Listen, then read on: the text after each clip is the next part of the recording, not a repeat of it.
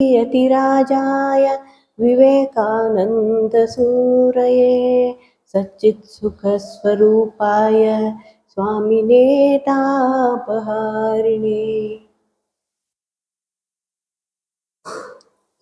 ದಿವ್ಯತ್ರೆಯರ ಪಾದಪದ್ಮಗಳಿಗೆ ನಮಸ್ಕರಿಸುತ್ತಾ, ಹಾಗೆಯೇ ಪೂಜ್ಯ ಮಾತಾಜಿ ತೇಜೋಮಯಿಯವರಿಗೆ, ಪೂಜ್ಯ ಮಾತಾಜಿ ಅಮೂಲ್ಯಮಯಿಯವರಿಗೆ ನನ್ನ ಅನಂತ ನಮಸ್ಕಾರಗಳನ್ನು ಸಲ್ಲಿಸ್ತೇನೆ.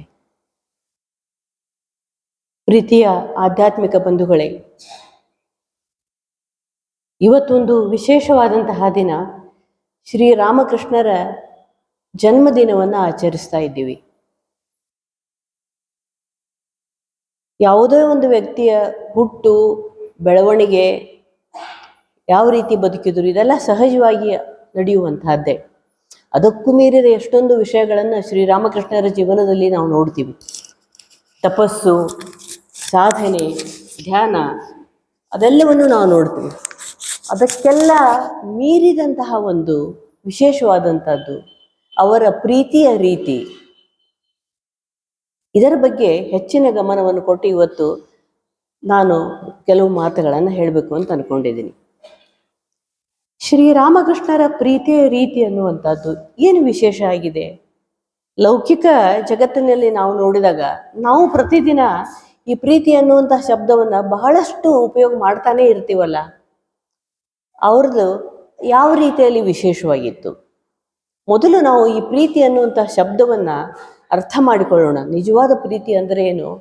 ನಾವು ಈ ಲೌಕಿಕ ಭಾವದಲ್ಲಿ ಈ ಶಬ್ದವನ್ನು ಉಪಯೋಗಿಸುವಂತಹ ಬಗೆ ಏನು? ಬಹಳ ಸಾಮಾನ್ಯವಾಗಿ ನಾವು ಪ್ರೀತಿ ಅನ್ನುವಂಥ ಶಬ್ದವನ್ನು ಕಲುಷಿತ ಮಾಡಿಬಿಟ್ಟಿದ್ದೀವಿ ಅಂತ ಹೇಳ್ಬೋದು.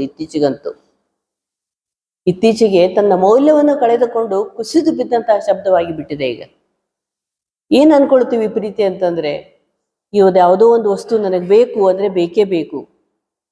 ಯಾವುದೇ ಒಂದು ಲಾಭಕ್ಕೋಸ್ಕರ, ಪ್ರೀತಿ ಅಂದರೆ ಲಾಭವನ್ನು ಪಡ್ಕೊಳ್ಬೇಕು, ಅದರಲ್ಲಿ ಪ್ರತಿಫಲವನ್ನು ಪಡೆದುಕೊಳ್ಳಬೇಕು ಅನ್ನುವಂತಹ ಒಂದು ಸ್ವಾರ್ಥ ತುಂಬಿದಂತಹ ಒಂದು ಶಬ್ದ ಅಂತ ಅನ್ಕೊಂಡ್ಬಿಟ್ಟಿವಿ ನಾವು. ನಿಜವಾಗಿ ವಿಚಾರ ಮಾಡಿ ನೋಡಿದಾಗ ಪ್ರೀತಿ ಅನ್ನುವಂಥದ್ದು ಬಹಳ ದೊಡ್ಡ ಶಬ್ದ. ಅಲ್ಲಿ ಯಾವುದೇ ಅಪೇಕ್ಷೆ ಇಲ್ಲ, ಅಲ್ಲಿ ಯಾರದೇ ಮೇಲೆ ಅವಲಂಬನೆ ಇಲ್ಲ, ಅಲ್ಲಿ ಯಾವುದೇ ನಿರೀಕ್ಷೆ ಇಲ್ಲ. ಪ್ರೀತಿಸಲ್ಪಡುವಂತಹ ವ್ಯಕ್ತಿಯಲ್ಲಿ ಸಂಪೂರ್ಣವಾದಂತಹ ಪರಿವರ್ತನೆಯನ್ನು ತರುವಂತಹ ಪ್ರೀತಿ, ಅದು ನಿಜವಾದ ಪ್ರೀತಿ. ಮನುಷ್ಯನನ್ನ ಉನ್ನತ ಮಟ್ಟಕ್ಕೆ, ಉನ್ನತವಾದಂತಹ ಆಧ್ಯಾತ್ಮಿಕ ಸ್ತರಕ್ಕೆ ಒಯ್ಯುವಂತಹ ಒಂದು ಅತ್ಯಂತ ಪವಿತ್ರವಾದಂತಹ ಶಬ್ದ ಪ್ರೀತಿ. ಇದನ್ನ ನಾವು ಶ್ರೀರಾಮಕೃಷ್ಣರ ಪ್ರೀತಿಯ ಒಂದು ಭಾವದಲ್ಲಿ ನೋಡ್ಲಿಕ್ಕೆ ಸಾಧ್ಯ ಇದೆ. ಇದನ್ನ ಬಹಳ ಸುಂದರವಾಗಿ ಸ್ವಾಮಿ ವಿವೇಕಾನಂದರು ತಮ್ಮ ಒಂದು ಸಂಸ್ಕೃತ ಶ್ಲೋಕದಲ್ಲಿ ಶ್ರೀರಾಮಕೃಷ್ಣರ ಪ್ರೀತಿಯ ಬಗ್ಗೆ ಹೇಳ್ತಾರೆ. ಅಚಂಡಾಲ ಪ್ರತಿಹತರಯೋ ಯಸ್ಯ ಪ್ರೇಮ ಪ್ರವಾಹ. ಇದು ಬಹಳ ಸುಂದರವಾಗಿ ಸ್ವಾಮಿ ವಿವೇಕಾನಂದರು ತಮ್ಮ ಗುರುಗಳ ಬಗ್ಗೆ ಹೇಳ್ತಾರೆ. ಅಚಂಡಾಲ, ಯಾವುದೇ ಚಂಡಾಲರ ಕಡೆಗೆ ಕೂಡ ಯಾವುದೇ ಅಡ್ಡಿ ಆತಂಕಗಳು ಇಲ್ಲದೆ, ಯಾರನ್ನು ನಾವು ಅಸ್ಪೃಶ್ಯರು ಅಥವಾ ಕೀಳು ಮಟ್ಟದ ಜೀವನ ನಡೆಸುವಂಥವ್ರು ಅಥವಾ ಮ್ಲೇಚ್ಛರು, ಇಂಥವ್ರು ಅಂತ ಸಮಾಜ ಯಾರನ್ನ ಕೆಳಗೆ ತಳ್ಳಿರ್ತದೋ ಅಂತಹ ಜನರತ್ತ ಕೂಡ ವಿಶೇಷವಾದಂತಹ ಪ್ರೀತಿಯ ಪ್ರವಾಹವನ್ನು ಹರಿಸಿದ್ರಲ್ಲ. ಯೋಗಾತೀತ ಅವಸ್ಥೆಯಲ್ಲಿ ಇದ್ರೂ ಕೂಡ ಶ್ರೀರಾಮಕೃಷ್ಣರು ಲೋಕ ಕಲ್ಯಾಣಕ್ಕೋಸ್ಕರ, ಲೋಕಾತೀತರಾದಂಥವ್ರು ಇದ್ರೂ ಕೂಡ, ಲೋಕಾತೀತರ ಒಂದು ಸ್ತರದಲ್ಲಿ ಇದ್ರೂ ಕೂಡ ಲೋಕದ ಜನರ ಉದ್ಧಾರಕ್ಕೋಸ್ಕರ ಸಾಮಾನ್ಯರಲ್ಲಿ ಅತಿ ಸಾಮಾನ್ಯರಾಗಿ ಕಲಿಯುಗದಲ್ಲಿ ಜನ್ಮ ತಳೆದು ಬಂದರು. ಯಾವ ರೀತಿ ಶ್ರೀರಾಮನ ಜೀವನದಲ್ಲಿ ನಾವು ನೋಡ್ತೀವಿ. ಶ್ರೀರಾಮನು ಉದ್ಧಾರ ಮಾಡ್ತಾ ಹೋದ ಹಾಗೆ ಈ ಶ್ರೀರಾಮನಿಗೆ ನಿಮಿತ್ತ ಮಾತ್ರ ಕೈಕೇಯಿ ಅವರನ್ನ ಕಾಡಿಗೆ ಕಳಿಸಬೇಕು ಅಂತ ಅಂದಿದ್ದು ಯಾಕೆ? ಅಲ್ಲಿ ಇರುವಂತಹ ತಪೋನಿರತರಾದಂತಹ ಸಾಧುಗಳಿಗೆ, ಅಲ್ಲಿ ಇದ್ದಂತಹ ಕೆಳಮಟ್ಟದ ಜೀವನ ನಡೆಸ್ತಾ ಇದ್ದಂತಹ ಯಾರನ್ನ ಸಮಾಜ ಕೆಳಗೆ ಇಟ್ಟಿರ್ತದೋ ಅಂಥವರು ಉದ್ಧಾರ ಮಾಡಬೇಕು ಅಂತ ದೋಣಿಯಲ್ಲಿ ಕುಳಿತುಕೊಂಡು ಹೋಗ್ತಾರೆ. ಗುಹ ಅನ್ನುವಂತ ಅವನನ್ನು ಉದ್ಧಾರ ಮಾಡುವಂತಹ ಒಂದು ರೀತಿ. ಹಾಗೆಯೇ ಅರಣ್ಯ ಪ್ರಯಾಣ ಮಾಡ್ತಾ ಇದ್ದಂಗೆ ಬೇಡರ ಯುವತಿಯಾದಂತಹ ಶಬರಿಯನ್ನ ಮೇಲಕ್ಕೆ ಎತ್ತುವಂತಹ ಒಂದು ತನ್ನ ಸಾಕ್ಷಾತ್ಕಾರದಿಂದ ಅವಳನ್ನು ಉನ್ನತಿ ಮಾಡುವಂತಹ ಒಂದು ರೀತಿ. ಈ ಕಾರಣದಿಂದ ಸಾಮಾನ್ಯರಲ್ಲಿ ಅತಿ ಸಾಮಾನ್ಯರಾಗಿ ಕಾವಿ ಬಟ್ಟೆಯನ್ನು ಧರಿಸಿ ಹೊರಗೆ ಬರುವಂತಹ ಒಂದು ಪ್ರಸಂಗ ಉಂಟಾಗ್ತದೆ. ಅದೇ ರೀತಿ ಶ್ರೀರಾಮಕೃಷ್ಣರ ಜೀವನವನ್ನು ಕೂಡ ನಾವು ನೋಡ್ತೀವಿ. ಶ್ರೀಕೃಷ್ಣ ಕೂಡ ಒಂದು ಮುಷ್ಟಿ ಅವಲಕ್ಕಿಯಿಂದ ಸಂತುಷ್ಟನಾಗ್ತಾ ಇದ್ದಾರೆ. ಇಲ್ಲಿ ಅವರ ಸರಳತೆ ಎಷ್ಟಿತ್ತು. ಬಡವ ಅಂತ ಅನ್ಕೊಂಡು ಅವನನ್ನು ಯಾವುದೇ ರೀತಿಯ ಕೆಳಮಟ್ಟಕ್ಕೆ ನೂಕಲಿಲ್ಲ. ಅದರ ಹಿಂದೆ ಇರುವಂತಹ ಪ್ರೀತಿಯನ್ನ ಅವಲೋಕಿಸ್ತಾರೆ ಶ್ರೀಕೃಷ್ಣ. ಶ್ರೀರಾಮ ಹಾಗೂ ಶ್ರೀಕೃಷ್ಣರು ಒಂದೇ ಆಗಿ ಕಲಿಯುಗದಲ್ಲಿ ಅದನ್ನೇ ನಮ್ಮ ಮುಂದೆ ಶ್ರೀರಾಮಕೃಷ್ಣರಾಗಿ ಜನ್ಮ ತಳೆದಿದ್ದಾರೆ. ಇಂತಹ ಹಲವಾರು ನಿದರ್ಶನಗಳನ್ನ ನಾವು ಶ್ರೀರಾಮಕೃಷ್ಣರ ಜೀವನದಲ್ಲಿ ನೋಡ್ತೇವೆ. ಕೇವಲ ತಮ್ಮ ಅಂತರಂಗದ ಭಕ್ತರಾದಂತಹ ಶಿಷ್ಯಕೋಟಿ ಅವರನ್ನು ಮಾತ್ರ ತಮ್ಮವರು ಅಂತ ಭಾವಿಸಲಿಲ್ಲ. ಅವರು ಆಗಿನ ಕಾಲದಲ್ಲಿ ಗೃಹಸ್ಥರು, ಅತ್ಯಂತ ಕೀಳು ಮಟ್ಟದ ಜೀವನ ನಡೆಸ್ತಾ ಇದ್ದಂಥವರು, ಹುಡುಕರು, ಕಳ್ಳರು, ವೇಶ್ಯೆಯರು, ಅಬಾಲ ವೃದ್ಧರು, ಯಾವುದೇ ತರಹದ ಅಲ್ಲಿ ಭೇದ ಭಾವನೆ ಇಲ್ಲದೆ ಎಲ್ಲರ ಮೇಲೂ ಸಮಾನವಾದ ಪ್ರೀತಿಯನ್ನು ಹರಿಸಿ ವಿಶ್ವವನ್ನೇ ತಬ್ಬಿಕೊಂಡಂತಹ ಒಂದು ಪ್ರೀತಿ. ಅದನ್ನು ನಾವು ಶ್ರೀರಾಮಕೃಷ್ಣರ ಜೀವನವನ್ನು ಹತ್ತಿರದಿಂದ ನೋಡಿದಾಗ ಅರ್ಥ ಮಾಡ್ಕೊಳ್ಳಿಕ್ಕೆ ಸಾಧ್ಯ ಇದೆ. ಇತ್ತೀಚೆಗೆ ಬಹಳಷ್ಟು ನಮಗೆ ಮಹೇಂದ್ರನಾಥ್ ಗುಪ್ತಾ ಅವರು ಬರೆದಿರುವಂತಹ ಕಥಾಮೃತದಿಂದ ಅರ್ಥ ಆಗ್ತದೆ. ಅದನ್ನು ಬಿಟ್ಟು ಮತ್ತೆ ಬೇರೆ ಇಶಾನ್ ಅನ್ನುವಂಥವ್ರು ಬರೆದಿಟ್ಟಂತಹ ಕೆಲವೊಂದು ಪುಸ್ತಕಗಳು ಅವು ಇನ್ನೂ ಸಂಪೂರ್ಣವಾಗಿ ಬೇರೆ ಬೇರೆ ಭಾಷೆಗಳಿಗೆ ಬಂದಿಲ್ಲ. ಆದರೆ ಕೆಲವೊಂದು ಇನ್ನೂ ಅಪ್ರಕಟಿತ ಗ್ರಂಥಗಳಲ್ಲಿ ಎಷ್ಟು ವಿಸ್ಮಯ ಆಗ್ತದೆ ನಮಗೆ. ಈ ರೀತಿ ಮನುಷ್ಯ ಇರ್ಲಿಕ್ಕೆ ಸಾಧ್ಯ ಇದೆನಾ ಅನ್ನುವಂತಹ ಒಂದು ಪರಿಕಲ್ಪನೆ ನಮಗೆ ಬಂದಾಗ ನಮಗೇ ಗೊತ್ತಿಲ್ಲದಂತೆ ಶ್ರೀರಾಮಕೃಷ್ಣರ ಬಗ್ಗೆ ನಮಗೆ ಎಷ್ಟು ಭಾವ ಬಂದ್ಬಿಡ್ತದಂದ್ರೆ, ಅವರ ಪ್ರೀತಿಯ ರೀತಿಯನ್ನು ನಾವು ಅರಿತುಕೊಂಡಾಗ ಸುಂದರವಾದಂತಹ ಸಮಾಜ ನಿರ್ಮಾಣ ಪ್ರತಿಯೊಬ್ಬರಿಂದೂ ಮಾಡ್ಲಿಕ್ಕೆ ಸಾಧ್ಯ ಇದೆ ಅನ್ನೋದು ನಮ್ಮ ಗಮನಕ್ಕೆ ಬರ್ತದೆ.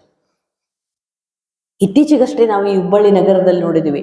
ಪ್ರೀತಿಯ ಹೆಸರಿನಲ್ಲಿ ಯಾವುದೋ ಹುಡುಗಿಗೆ ಹೋಗಿ ನಾನು ನಿನ್ನ ಪ್ರೀತಿಸ್ತೇನೆ ಅಂತ ಹೇಳ್ತಾನೆ. ಅವಳು ಇಲ್ಲ ಅಂತ ಅಂದಾಗ ಅವಳನ್ನ ಕೊಲೆ ಮಾಡುವ ಮಟ್ಟಕ್ಕೂ ಹೋಗ್ತಾನೆ.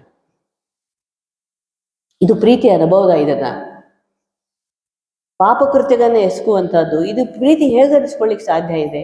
ಇದೊಂದು ಕ್ರೂರ ಕ್ರಿಯೆಯನ್ನ. ಇದರಿಂದ ಏನ್ ಸಿಕ್ತು? ತನಗೆ ಸಿಗಲಾರದಂತ ವಸ್ತು ಇನ್ಯಾರಿಗೂ ಸಿಗುವುದು ಬೇಡ ಅನ್ನುವಂತ ಒಂದು ಸ್ಯಾಡಿಸಮ್. ಇದನ್ನ ಮನೋ ದೌರ್ಬಲ್ಯ ಅಂತ ಕರಿಬಹುದು. ಇಂಥ ದುರ್ಬಲ ಮನಸ್ಸಿನ ವ್ಯಕ್ತಿ ಒಂದು ಹುಡುಗಿಯ ಜೀವನವನ್ನೇ ಹಾಳು ಮಾಡಿಬಿಡ್ತಾನೆ.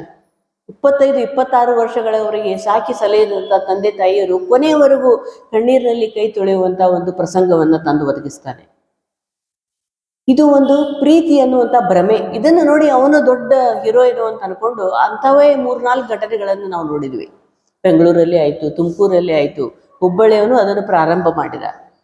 ಇವರಿಗೆಲ್ಲ ಒಂದು ಸರಿಯಾದ ವಯಸ್ಸಿನಲ್ಲಿ ಪ್ರೀತಿಯ ನಿಜವಾದ ದಿಕ್ಕನ್ನು ನಾವು ತೋರಿಸ್ಕೊಟ್ರೆ ಈ ತರ ಮಾಡ್ಲಿಕ್ಕೆ ಸಾಧ್ಯ ಇತ್ತಾ? ಸರಿಯಾದ ವಯಸ್ಸಿನಲ್ಲಿ ಸರಿಯಾದ ನಿರ್ಧಾರವನ್ನು ತೆಗೆದುಕೊಳ್ಳದೆ ಹೋದ್ರೆ ಆಗುವುದು ಅನಾಹುತ. ಪ್ರೀತಿ ಹೆಸರಿನಲ್ಲಿ ಬರೀ ಮೋಹ. ಇದನ್ನ ನಾವು ಒಂದು ಬೇರೆ ಮಾಸ್ಕ್ ಹಾಕೊಂಡು ಬದುಕ್ತಾ ಇದ್ದೀವಿ. ಒಳಗೆ ಇರುವ ಮುಖ ಬೇರೆ, ಮೇಲೆ ಬದುಕ್ತಾ ಇರುವಂತಹ ಮಾಸ್ಕ್ ಕಳಚಿ ಹಾಕಿದಾಗ ಶ್ರೀರಾಮಕೃಷ್ಣರ ಜೀವನವನ್ನು ನಾವು ನೋಡಿದಾಗ ವ್ಯಕ್ತಿಯನ್ನಾಗಿ ನೋಡಲಿಲ್ಲ. ಅವರ ವ್ಯಕ್ತಿತ್ವದಲ್ಲಿ ಇರುವಂತಹ ದೈವತ್ವವನ್ನು ಗಮನಿಸಿದ್ರು. Each soul is potentially divine ಅಂತ ಸ್ವಾಮಿ ವಿವೇಕಾನಂದ ಹೇಳ್ತಾರೆ. ವ್ಯಕ್ತಿಯಲ್ಲಿ ಇರುವಂತಹ ವ್ಯಕ್ತಿತ್ವವನ್ನು ಮಾತ್ರ ನೋಡಿ ಇದು ಕೀಳು ವ್ಯಕ್ತಿತ್ವ ಅಂತ ಸರಿಸ್ಬಿಡ್ತೀವಿ ನಾವು. ಅದನ್ನು ನೋಡಲಿಲ್ಲ. ಶ್ರೀರಾಮಕೃಷ್ಣರು ನೋಡಿದ್ದು ವ್ಯಕ್ತಿಯ ಹಿಂದೆ ಅಡಗಿದ್ದಂತಹ ದೈವತ್ವವನ್ನು ಗುರುತಿಸಿದ್ರು. ಈ ದೈವತ್ವವನ್ನು ನಾವು ನೋಡಿದಾಗ ನಮ್ಮಲ್ಲಿ ಇರುವಂತಹ ಸ್ವಾರ್ಥ ತಾನೇ ಮಾಯ ಆಗ್ತದೆ. ಅಮೃತತ್ವದೆಡೆಗೆ ಕರೆದುಕೊಂಡು ಹೋಗುವಂಥದ್ದು. ಅದಕ್ಕೆ ಶ್ರೀರಾಮಕೃಷ್ಣರು ಮಾತನಾಡಿದ್ದು ಕಥಾಮೃತ. ಕಥಾ ಅಂತಂದ್ರೆ ಮಾತು, ಕೊಥ ಅಂತ ಹೇಳ್ತಾರೆ ಬೆಂಗಾಲಿಯಲ್ಲಿ. ಕೊಥ ಅಮೃತ. ಯಾರ ಮಾತುಗಳಲ್ಲಿ ಅಮೃತದ ಸಿಂಚನ ಇದೆಯೋ ಅವರು ಮಾತನಾಡಿದರೆ ಅದು ಕಥಾಮೃತ ಅನಿಸ್ಕೊಳ್ತದೆ. ಅಮೃತದ ವಿಶೇಷ ಗುಣ ಏನು? ಮೃತ್ಯುವಿನಿಂದ ಅಮರತ್ವದವರೆಗೆ ಕರೆದುಕೊಂಡು ಹೋಗುವಂಥದ್ದು. ಅಂತಹ ಕಥಾಮೃತ ಎಲ್ಲ ಕಡೆಗೂ ಸಿಂಚನ ಆಗಬೇಕು. ಮುಂದೆ ಬರುವಂತಹ ಪೀಳಿಗೆಗಳು ಉದ್ಧಾರ ಆಗಬೇಕು. ಇದನ್ನೇ ಗಮನದಲ್ಲಿ ಇಟ್ಟುಕೊಂಡಂತಹ ಶ್ರೀರಾಮಕೃಷ್ಣರು ಪ್ರೀತಿಯ ಸಿಂಚನವನ್ನೇ ಮಾಡಿದರು. ಎಲ್ಲಿಯವರೆಗೂ ಅಂತಾರೆ, ನಾವು ಕೆಲವೊಂದು ಉದಾಹರಣೆಗಳನ್ನು ತೆಗೆದುಕೊಂಡು ನೋಡೋಣ. ಅವರ ನೇರ ಶಿಷ್ಯರಾದಂತಹ ಸ್ವಾಮಿ ವಿವೇಕಾನಂದರನ್ನು ತೆಗೆದುಕೊಳ್ಳಬಹುದು, ಲಾಟು ಮಹಾರಾಜರನ್ನು ತೆಗೆದುಕೊಳ್ಳಬಹುದು. 16 ಜನ ಶಿಷ್ಯ ಕೋಟಿಯರು. ಪ್ರತಿಯೊಬ್ಬರಿಗೂ ಅನಿಸ್ತಾ ಇತ್ತು, ಇವರು ನನ್ನನ್ನು ಎಲ್ಲರಿಗಿಂತಲೂ ಹೆಚ್ಚು ಪ್ರೀತಿ ಮಾಡ್ತಾ ಇದ್ದಾರೆ. ಪ್ರತಿಯೊಬ್ಬ ಶಿಷ್ಯನಿಗೂ ಅದೇ ರೀತಿ ಭಾವನೆ ಬರ್ತಾ ಇತ್ತು, ಇವರು ನನ್ನನ್ನೇ ಇವನಿಗಿಂತಲೂ ಜಾಸ್ತಿ ಪ್ರೀತಿ ಮಾಡ್ತಾರೆ, ನನ್ನನ್ನೇ ಇವರಿಗಿಂತಲೂ ಜಾಸ್ತಿ ಮಾಡ್ತಾ ಇದ್ದಾರೆ. ಅಂದರೆ ಎಂಥ ನಿಸ್ವಾರ್ಥವಾದಂತಹ ಪ್ರೀತಿ ಸಮ ಪ್ರಮಾಣದಲ್ಲಿ ಎಲ್ಲರಿಗೂ ತಲುಪಿಬಿಟ್ಟಿತ್ತು. ಹಾಗೆಯೇ ಗಿರೀಶ್ ಚಂದ್ರ ಘೋಷ್ ಅನ್ನುವಂಥ ಒಬ್ಬ ಬಹಳ ಕೀಳು ಮಟ್ಟದ ಜೀವನವನ್ನು ನಡೆಸಿದಂಥ ಬಹಳ ಮೇಧಾವಿ, ಅತ್ಯಂತ ಶಕ್ತಿಯುತವಾದಂತಹ ವ್ಯಕ್ತಿ. ಅವನ ಶಕ್ತಿ ಸರಿಯಾದ ದಿಕ್ಕಿನಲ್ಲಿ ಪ್ರವಾಹ ಆಗಿರಲಿಲ್ಲ. ಆದರೆ ಗಿರೀಶ್ ಚಂದ್ರನಂಥ ವ್ಯಕ್ತಿ ಹುಡುಕಿದರೆ ಸಿಗುವುದಿಲ್ಲ, ಅಂತಹ ಒಂದು ವ್ಯಕ್ತಿತ್ವ. ಅವನಿಗೂ ಕೂಡ ಅನಿಸ್ತಾ ಇತ್ತು, ಇಂತಹ ಒಬ್ಬ ಶ್ರೀರಾಮಕೃಷ್ಣರಂಥವರು ಇವರನ್ನು ಅವತಾರ ಅಂತ ಘೋಷಣೆ ಮಾಡಲಾರದೆ ಬೇರೆ ಹಾದಿನೇ ಇಲ್ಲ, ಅನಿವಾರ್ಯ ಅನ್ನುವಂಥದ್ದು. ಪ್ರತಿಯೊಬ್ಬರ ಜೀವನದಲ್ಲಿ ಹೇಗೆ ಮಾರ್ಪಾಡಾಯಿತು ಸ್ವಲ್ಪ ಸ್ವಲ್ಪ ನಾವು ನೋಡಿದಾಗ ಕೂಡ, ಈ ಲಾಟು ಮಹಾರಾಜ್ ಎನ್ನುವವರು ಎಲ್ಲೋ ಒಂದು ಕಡೆಗೆ ತನ್ನ ಚಪ್ಪಲಿಯನ್ನು ಮರೆತು ಬಂದಿರ್ತಾರೆ. ಅದನ್ನು ನಾಯಿ ಎಳೆದುಕೊಂಡು ಹೋಗ್ತಾ ಇರ್ತದೆ. ಪಂಚವಟೆಯಿಂದ ಬರ್ತಾ ಇದ್ದಂತಹ ಶ್ರೀರಾಮಕೃಷ್ಣರು ಲಾಟುವಿನ ಚಪ್ಪಲಿಯನ್ನು ತೆಗೆದುಕೊಂಡು ಬರ್ತಾರೆ, ಕೈಯಲ್ಲಿ ಹಿಡಿದುಕೊಂಡು. ಗುರುಗಳು ತನ್ನ ಶಿಷ್ಯನ ಚಪ್ಪಲಿಯನ್ನು ಹಿಡಿದುಕೊಂಡು ಬರುವಂತಹ ಒಂದು ಪ್ರೀತಿ ಇದು. ಯಾವ ಮಟ್ಟದ ಸರಳತೆಯನ್ನು ನಾವು ಗಮನಿಸ್ಲಿಕ್ಕೆ ಸಾಧ್ಯ ಇದೆ ಇಲ್ಲಿ. ಶಿಷ್ಯನ ಚಪ್ಪಲಿಯನ್ನು ಹಿಡಿದುಕೊಂಡು ಬರ್ತಾರೆ.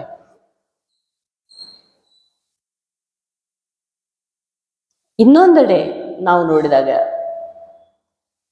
ಶಿಷ್ಯರು ಮಾತ್ರ ಅಲ್ಲ, ಹಲವು ಜನ ಕೀಳು ಜೀವನವನ್ನು ನಡೆಸಿದಂತಹ ಎಷ್ಟೊಂದು ಜನ, ಎಲ್ಲರೂ ಬೇಕು ಅಂತ ಜೀವನಕ್ಕೆ ಹೋಗಿರೋದಿಲ್ಲ. ಎಷ್ಟೋ ಸಾರಿ ಸರ್ಕಮ್ಸ್ಟಾನ್ಸಿಯಲ್ ಅಂದರೆ ಪರಿಸ್ಥಿತಿ ಅಂತ ಒಂದು ಕೆಲಸವನ್ನು ಮಾಡುವಂತಹ ಒಂದು ಏನಾದರೂ ಹೆಲ್ಪ್ಲೆಸ್ನೆಸ್ ಮಾಡಿರ್ತದೆ. ಅಸಹಾಯಕತೆಯಿಂದ ಕೆಲವೊಬ್ಬರು ಕೆಟ್ಟ ಜೀವನಕ್ಕೆ ತಮ್ಮನ್ನೇ ತಾವು ಒಡ್ಡಿಕೊಳ್ಳುವಂಥ ಒಂದು ಪ್ರಸಂಗ ಇರ್ತದೆ. ಅಂಥವರಲ್ಲೂ ಕೂಡ ಶ್ರೀರಾಮಕೃಷ್ಣರು ವಿಶೇಷ ಕರುಣೆಯನ್ನು ತೋರಿಸಿದ್ದನ್ನು ನಾವು ನೋಡ್ತೀವಿ. ಇದನ್ನ ಶ್ರೀಮಾತೆ ಶಾರದಾ ದೇವಿಯವರೊಂದಿಗೆ ಬಹಳಷ್ಟು ಕಾಲ ಬದುಕಿದಂತಹ ದುರ್ಗಾಪುರಿ ದೇವಿ ಎನ್ನುವಂಥವರು ನೇರವಾಗಿ ಅವಳು ಶ್ರೀರಾಮಕೃಷ್ಣರ ಸಂಪರ್ಕಕ್ಕೆ ಬಂದು ತನ್ನ ಕಲ್ಮಶ ಪೂರಿತ ಜೀವನವನ್ನ ಹೇಗೆ ಸ್ವಚ್ಛ ಮಾಡಿಕೊಂಡಳು ಅನ್ನುವಂಥದ್ದನ್ನ ಕಣ್ಣಾರೆ ನೋಡಿ ತನ್ನ ಒಂದು ಶ್ರೀರಾಮಕೃಷ್ಣ ಶಾರದಾ ಅನ್ನುವಂಥ ಒಂದು ಗ್ರಂಥದಲ್ಲಿ ಬಂಗಾಲಿಯಲ್ಲಿ ಬರೀತಾಳೆ ದುರ್ಗಾಪುರಿ ದೇವಿ. ಅವಳು ರಮಣಿ ದೇವಿ ಎನ್ನುವಂಥವಳು. ಅವಳು ರಮಣಿ ಎನ್ನುವಂಥವಳು ಇವಳು ಒಂದು ರೀತಿಯ ವೇಶ್ಯಾವೃತ್ತಿಯಲ್ಲೇ ನಡೆಸುವಂಥ ಒಂದು ಅಸಹಾಯಕ ಸ್ಥಿತಿ ಅವಳಿಗೆ ಬಂದಿರ್ತದೆ. ಆದರೆ ಅವಳು ಶ್ರೀರಾಮಕೃಷ್ಣರ ಮೇಲೆ ಅತಿಶಯವಾದಂಥ ಪ್ರೀತಿ, ಬಹಳ ಪ್ರೀತಿಯನ್ನು ಇಟ್ಕೊಂಡಂಥವಳು, ಸ್ವಚ್ಛ ಮನಸ್ಸಿನವಳು. ಶ್ರೀರಾಮಕೃಷ್ಣರು ದೇಹ ಭಾವನೆಯನ್ನು ಮೀರಿದವರು. ಅವರು ಕಾಳಿಯ ಮಂದಿರದಲ್ಲಿ ಒಂದ್ಸರಿ ಪೂಜೆ ಮಾಡ್ತಾ ಇದ್ದಾರೆ, ಸಂಪೂರ್ಣವಾಗಿ ಭಾವದ ಅವಸ್ಥೆಯಲ್ಲಿದ್ದಾರೆ. ಇದನ್ನು ದುರ್ಗಾಪುರಿ ದೇವಿ ಕಣ್ಣಾರೆ ಕಂಡು ಪ್ರತಿಯೊಂದನ್ನ ಬಹಳ ಸುಂದರವಾಗಿ ನಿರೂಪಣೆ ಮಾಡಿದ್ದಾಳೆ. ಶ್ರೀರಾಮಕೃಷ್ಣರು ಭಾವ ತುಂಬಿದೆ ಶ್ರೀ ಮಾತೆಯೊಂದಿಗೆ, ತಾಯಿಯೊಂದಿಗೆ ಮಾತನಾಡ್ತಾ ಇದ್ದಾರೆ, ದುರ್ಗಾದೇವಿಯೊಟ್ಟಿಗೆ ಮಾತನಾಡ್ತಾ ಇದ್ದಾರೆ. ಅಮ್ಮ ಕಾಳಿ, ನೀನು ಇಡೀ ಜಗತ್ತನ್ನು ವ್ಯಾಪಿಸಿಕೊಂಡಿದೆಯಲ್ಲ, ನನಗೆ ಕಾಣ್ತಾ ಇದೆಯಲ್ಲ, ಇಡೀ ಆಕಾಶ ಎಲ್ಲ ನೀಲಿ ಸೀರೆಯನ್ನು ನೀನು ಉಟ್ಕೊಂಡು ನಿಂತೇನೋ ಅನ್ನೋ ರೀತಿಯಲ್ಲಿ ನೀನು ಎಲ್ಲ ಕಡೆಗೂ ಸರ್ವವ್ಯಾಪಿಯಾಗಿ ಬಿಟ್ಟಿದೆಯಲ್ಲ. ತಮ್ಮಷ್ಟಕ್ಕೆ ತಾವೇ ತಾಯಿಯೊಂದಿಗೆ ಮಾತನಾಡ್ತಾ ಇರ್ತಾರೆ ಭಾವದ ಅವಸ್ಥೆಯಲ್ಲಿದ್ದಾಗ. ಆಗ ಹೊರಗಿನಿಂದ ಬಂದಂತಹ ದುರ್ಗಾಪುರಿ ದೇವಿ ಏನು ಮಾತನಾಡ್ತಾ ಇದ್ದಾರೆ ಠಾಕೂರರು ಅಂತ ನೋಡ್ತಾಳೆ. ಸ್ವಲ್ಪ ಹೊತ್ತಿನ ಮೇಲೆ ಕಾಳಿಯ ದೇವಿಯ ಹಿಂದ್ಗಡೆ, ಇದೇನಿದು, ನಿನ್ನ ಮುಖ ಆ ರಮಣಿಯ ಥರ ಕಾಣ್ತಾ ಇದೆಯಲ್ಲ, ರಮಣಿ ಕೀಳು ಜೀವನವನ್ನು ನಡೆಸ್ತಾ ಇದ್ದಂಥವಳು, ಅವಳಲ್ಲೂ ನೀನು ಕಾಣ್ತಾ ಇದೆಯಲ್ಲ. ಓಹೋ, ಹಾಗಾದರೆ ಅವಳಲ್ಲಿಯೂ ನೀನೇ ನೆಲೆಸಿದೆಯಲ್ಲ ಅಮ್ಮ. ತಾವೇ ಮಾತನಾಡ್ತಾ ಇದ್ದಾರೆ. ಇವರಿಗೆ ಯಾಕೆ ರಮಣಿ ಎಲ್ಲೆಲ್ಲಿ ಕಾಣಿಸಿದ್ಲು? ದುರ್ಗಾಪುರಿ ದೇವಿ ಆ ಕಡೆ ಈ ಕಡೆ ನೋಡ್ತಾಳೆ, ರಮಣಿ ಏನಾದರೂ ಬಂದ್ಲಾ ಇಲ್ಲ ಅಂತ. ಇಲ್ವೇ ಇಲ್ಲ ಅಲ್ಲಿ, ರಮಣಿ ದೇವಿ ಇಲ್ಲ ಅಲ್ಲಿ. ಸುಮಾರು ಹೊತ್ತು ತಾಯಿಯೊಂದಿಗೆ ಮಾತನಾಡಿ ಭಾವಾವೇಶ ಇಳಿದ ಮೇಲೆ ಶ್ರೀರಾಮಕೃಷ್ಣರು ಭಾರವಾದ ಹೆಜ್ಜೆಗಳನ್ನು ಇಡ್ತಾ ಹೊರಗೆ ಬಂದ ಹಾಗೆ ಅಲ್ಲೇ ಮೆಟ್ಟಿಲುಗಳ ಮೇಲೆ ರಮಣಿ ನಿಂತಿರ್ತಾಳೆ. ಓ, ನೀನು ಇಲ್ಲಿದ್ದೀಯಾ ಅಮ್ಮ, ನಾನು ಅಲ್ಲಿ ನೋಡಿದೆ ಅಲ್ಲ ನಿನ್ನನ್ನು. ಬಹಳ ಸಂತೋಷ ಆಗ್ತದೆ ರಮಣಿಗೆ. ಅಮ್ಮ ಅನ್ನುವಂಥ ಒಂದು ಸಂಬೋಧನೆಯನ್ನು ಕೇಳಿಬಿಡ್ತಾಳಲ್ಲ ಅವಳಲ್ಲಿ ಇದ್ದಂತಹ ಮಾತೃತ್ವ ಜಾಗೃತ ಆಗಿಬಿಡ್ತದೆ. ಎಲ್ಲರೂ ನನ್ನನ್ನು ನೋಡಿದರೆ ಆ ಕಡೆ ಮುಖ ತಿರುಗಿಸ್ಕೊಳ್ಳುವಂಥವ್ರೆ. ಕೆಟ್ಟ ಹೆಂಗಸು, ಪತಿತ ಹೆಂಗಸು ಅಂತೆಲ್ಲ 108 ಹೆಸರು ಕೊಟ್ಟು ನನ್ನನ್ನು ಆಚೆಗೆ ತಳ್ಳುತ್ತಿದ್ದವರು. ಠಾಕೂರ್ ಶ್ರೀರಾಮಕೃಷ್ಣರು, ನೀವು ನನ್ನ ಯಾವ ಒಂದು ಮಟ್ಟಕ್ಕೆ ಎತ್ತಿಬಿಟ್ರಿ? ಕಣ್ಣೀರು ಧಾರೆಯಾಗಿ ಹರಿಲಿಕ್ಕೆ ಶುರುವಾಗ್ತದೆ. ಅವರ ಪಾದವನ್ನು ಮುಟ್ಟಬೇಕಂತ ಹೋಗ್ತಾಳೆ ಶ್ರೀರಾಮಕೃಷ್ಣ. ನೀನು ನನ್ನ ಅಮ್ಮ, ನೀನು ನನ್ನ ಪಾದವನ್ನು ಮುಟ್ಟಕೂಡುದು, ನೀನು ಮುಟ್ಟಬೇಡ ಅಂತ ಹೇಳ್ತಾರೆ. ಅಲ್ಲೇ ಇದ್ದಂತಹ ಶ್ರೀಮಾತೆಯವರು ದುರ್ಗಾಪುರಿ ದೇವಿ ಒಟ್ಟಿಗೆ ಅಲ್ಲೇ ಇದ್ದಂಥವ್ರು. ಅವ್ರಿಗೆ ಅನಿಸ್ತದೆ ಶ್ರೀರಾಮಕೃಷ್ಣರ ತಾಯಿ ಅಂದರೆ ನನ್ನ ಅತ್ತೆ ಆದ್ಲಲ್ಲ ಇವಳು. ಅದೇ ರೀತಿಯ ಒಂದು ರಿಸ್ಪೆಕ್ಟ್ ಏನು ಕೊಡಬೇಕಾಗಿತ್ತು, ಯಾವ ರೀತಿ ತಮ್ಮ ಅತ್ತೆಯನ್ನು ನಡೆಸಿಕೊಳ್ಳಬೇಕಾಗಿತ್ತು, ಆ ಕ್ಷಣದಿಂದ ಅವಳನ್ನು ಶಶುಡಿಮಾ ಅಂದರೆ ಅತ್ತೆ ಅಂತ, ಅಮರ್ ಶಶುಡಿಮಾ ಅಂತ ಶ್ರೀಮಾತೆಯವರು ಕರೀಲಿಕ್ಕೆ ಶುರು ಮಾಡಿಬಿಡ್ತಾರೆ. ಇವರು ಶ್ರೀ ಮಾತೆ ಅಂತ ರಮಣಿ ದೇವಿಯನ್ನು ಕರೀಲಿಕ್ಕೆ ಶುರು ಮಾಡಿಬಿಡ್ತಾರೆ. ಇದು ಸುಮಾರು ದಿನಗಳ ಆದ ಮೇಲೆ ಶ್ರೀರಾಮಕೃಷ್ಣರ ದೇಹ ಹೋದ್ಮೇಲೆ ಪ್ರಪಂಚದಿಂದ ರಮಣಿ ದೇವಿ ಇನ್ನೂ ಇರ್ತಾಳೆ. ಯಾವಾಗಾದರೂ ದಕ್ಷಿಣೇಶ್ವರಕ್ಕೆ ಬರೋದು, ಶ್ರೀರಾಮಕೃಷ್ಣರ ಭಾವದಲ್ಲಿ ಪೂಜೆ ಮಾಡೋದು, ಅಲ್ಲಿ ಆ ಮೆಟ್ಟಿಲುಗಳ ಮೇಲೆ ಕುಳಿತುಕೊಂಡು ಅವರ ಧ್ಯಾನ ಮಾಡೋದು, ಭಜನೆ ಮಾಡೋದು ಮಾಡಿ ಶ್ರೀಮಾತೆ ಅವ್ರ ಹತ್ರ ಬಂದು ನಾನು ಪಾದ ಧೂಳಿಯನ್ನು ತೆಗೆದುಕೊಳ್ತೀನಿ ಅಂತ ಬರ್ತಾಳೆ ಒಂದ್ಸಾರಿ. ಶ್ರೀಮಾತೆ ಅದೆಲ್ಲ ಆಗುವುದಿಲ್ಲ, ನನ್ನ ಅತ್ತೆ ನೀನು, ಅದೇಗೆ ಮಾಡ್ತೀಯ ನೀನು? ಠಾಕೂರರ ತಾಯಿ ಅಂದರೆ ನನ್ನ ಅತ್ತೆ ನೀನು. ಅವಳಿಗೆ ಫಲಪ್ರಸಾದಗಳನ್ನೆಲ್ಲ ಕೊಟ್ಟು ಯಾವ ರೀತಿ ಒಂದು ಅತ್ತೆಗೆ ಮಾನ ಮರ್ಯಾದೆ ಸಲ್ಲಬೇಕಾಗಿತ್ತು ಅದೇ ರೀತಿ ಮಾನವನ್ನು ಕೊಟ್ಟು ಅವಳಿಗೆ ನಮಸ್ಕಾರ ಮಾಡ್ಲಿಕ್ಕೆ ಹೋದಾಗ ಅವಳು ಹೇಳ್ತಾಳೆ, ದಯವಿಟ್ಟು ನೀನು ನಮಸ್ಕಾರ ಮಾಡಿ, ನನ್ನ ಮೊದಲೇ ಪಾಪದಲ್ಲಿ ದಗ್ಧ ಆಗ್ತಾ ಇದೆ ನನ್ನ ಮನಸ್ಸು, ನಿನ್ನಿಂದ ನಮಸ್ಕಾರ ಸ್ವೀಕಾರ ಮಾಡಿ ನಾನು ಇನ್ನಿಷ್ಟು ನನ್ನ ಮನಸ್ಸಿನಲ್ಲೇ ನಾನು ಕೀಳಾಗುವಂಥ ಸ್ಥಿತಿಗೆ ತರಬೇಡ. ಭೌಮ ಭೌಮ ಅಂತ ಕರೀತಾರೆ. ಭೌಮ ಅಂದರೆ ಸೊಸೆ, ಭೌಮ ಭೌಮ ಅಂತ ಹೇಳಿ ಅವಳು ಹೋಗ್ತಾಳೆ. ಎಷ್ಟೋ ತಿಂಗಳ ಕಾಲ ಅವಳು ಮತ್ತೆ ಬರೋದೇ ಇಲ್ಲ ರಮಣಿ ದೇವಿ. ಎಷ್ಟೋ ವರ್ಷಗಳಾದ ಮೇಲೆ ಮತ್ತೆ ಬರ್ತಾಳೆ ಶ್ರೀಮಾತೆಯವರು ಇರುವಲ್ಲಿ. ಬಂದಾಗ ಅವಾಗ ದುರ್ಗಾಪುರಿ ದೇವಿ, ಯಾರು ಇವಳು? ಕಪ್ಪಗೆ ಸಂಪೂರ್ಣ ಕೆದರಿದ ಕೂದಲು, ಎತ್ತರವಾದಂತಹ ಹೆಂಗಸು, ಇವಳನ್ನೆಲ್ಲೋ ನೋಡಿದ ಹಾಗಿದೆ ಇಲ್ಲ, ಯಾರು ಗೊತ್ತಾಗ್ತಿಲ್ಲ. ಮರೆತು ಬಿಟ್ಟಿರ್ತಾಳೆ ದುರ್ಗಾಪುರಿ ದೇವಿ. ಹಲವು ವರ್ಷಗಳಾದ ಮೇಲೆ ಅವಳು ಶ್ರೀಮಾತೆ ಶಾರದಾ ದೇವಿಯವ್ರ ಹತ್ರ ಬರ್ತಾಳೆ. ಬಂದು ಹೇಳ್ತಾಳೆ, ರಮಣಿ ದೇವಿ, ನಾನು ನನ್ನ ಮಗನನ್ನು ನೆನೆಸ್ಕೊಂಡೆ, ನೀನು ಇದ್ರೆ ನಾನು ದಕ್ಷಿಣೇಶ್ವರಕ್ಕೆ ಬರ್ತಾ ಇದ್ದೆ ಅಲ್ಲ ಅಂತ ಠಾಕೂರರಿಗೆ ನಾನು ನೆನೆಸ್ಕೊಂಡೆ. ನನ್ನ ಕನಸಿನಲ್ಲಿ ಅವತ್ತೇ ಬಂದು ಹೇಳಿದರು, ನಾನು ಇಲ್ಲದೆ ಹೋದರೆ ಏನಾಯಿತು, ಅವಳಲ್ಲಿ ಇದೀನಿ ನಾನು, ನೀನು ಅಲ್ಲಿ ಹೋಗು ಅಂತ. ಭೌಮ ನಿಮ್ಮನ್ನು ನೆನೆಸ್ಕೊಂಡ್ರು, ಅದಕ್ಕೆ ನಾನು ನಿಮ್ಮ ಹತ್ರ ಇಲ್ಲಿ ಬಂದಿದ್ದೀನಿ, ನೀವು ನನಗೆ ಆಶೀರ್ವಾದ ಮಾಡಬೇಕು ಅಂತ. 2ನೇ ಸಾರಿ ಬಂದು ಪಾದ ಮುಟ್ಟಿದಾಗ ಶ್ರೀಮಾತೆಯವರು ನಗುತ್ತಾ ಸ್ವೀಕಾರ ಮಾಡ್ತಾರೆ ಅವಳ ನಮಸ್ಕಾರವನ್ನು. ಸ್ವಲ್ಪ ದಿನಗಳ ನಂತರ ಅವಳ ಮಹಾಪ್ರಯಾಣ ಆಗ್ತದೆ. ಅಂದರೆ ಶ್ರೀಮಾತೆಯವರು ಒಪ್ಪಿಕೊಂಡ್ರು. ಅಂದರೆ ಯಾವ ಶ್ರೀಮಾತೆಯವರಲ್ಲಿ ಶ್ರೀರಾಮಕೃಷ್ಣರು ಒಂದರಾಗಿದ್ದು ಆ ಶ್ರೀರಾಮಕೃಷ್ಣರ ಲೋಕಕ್ಕೆ ಅವಳಿಗೆ ಟಿಕೆಟ್ ತೆಗೆಸ್ಕೊಡ್ತಾರೆ ಶ್ರೀಮಾತೆಯವರು.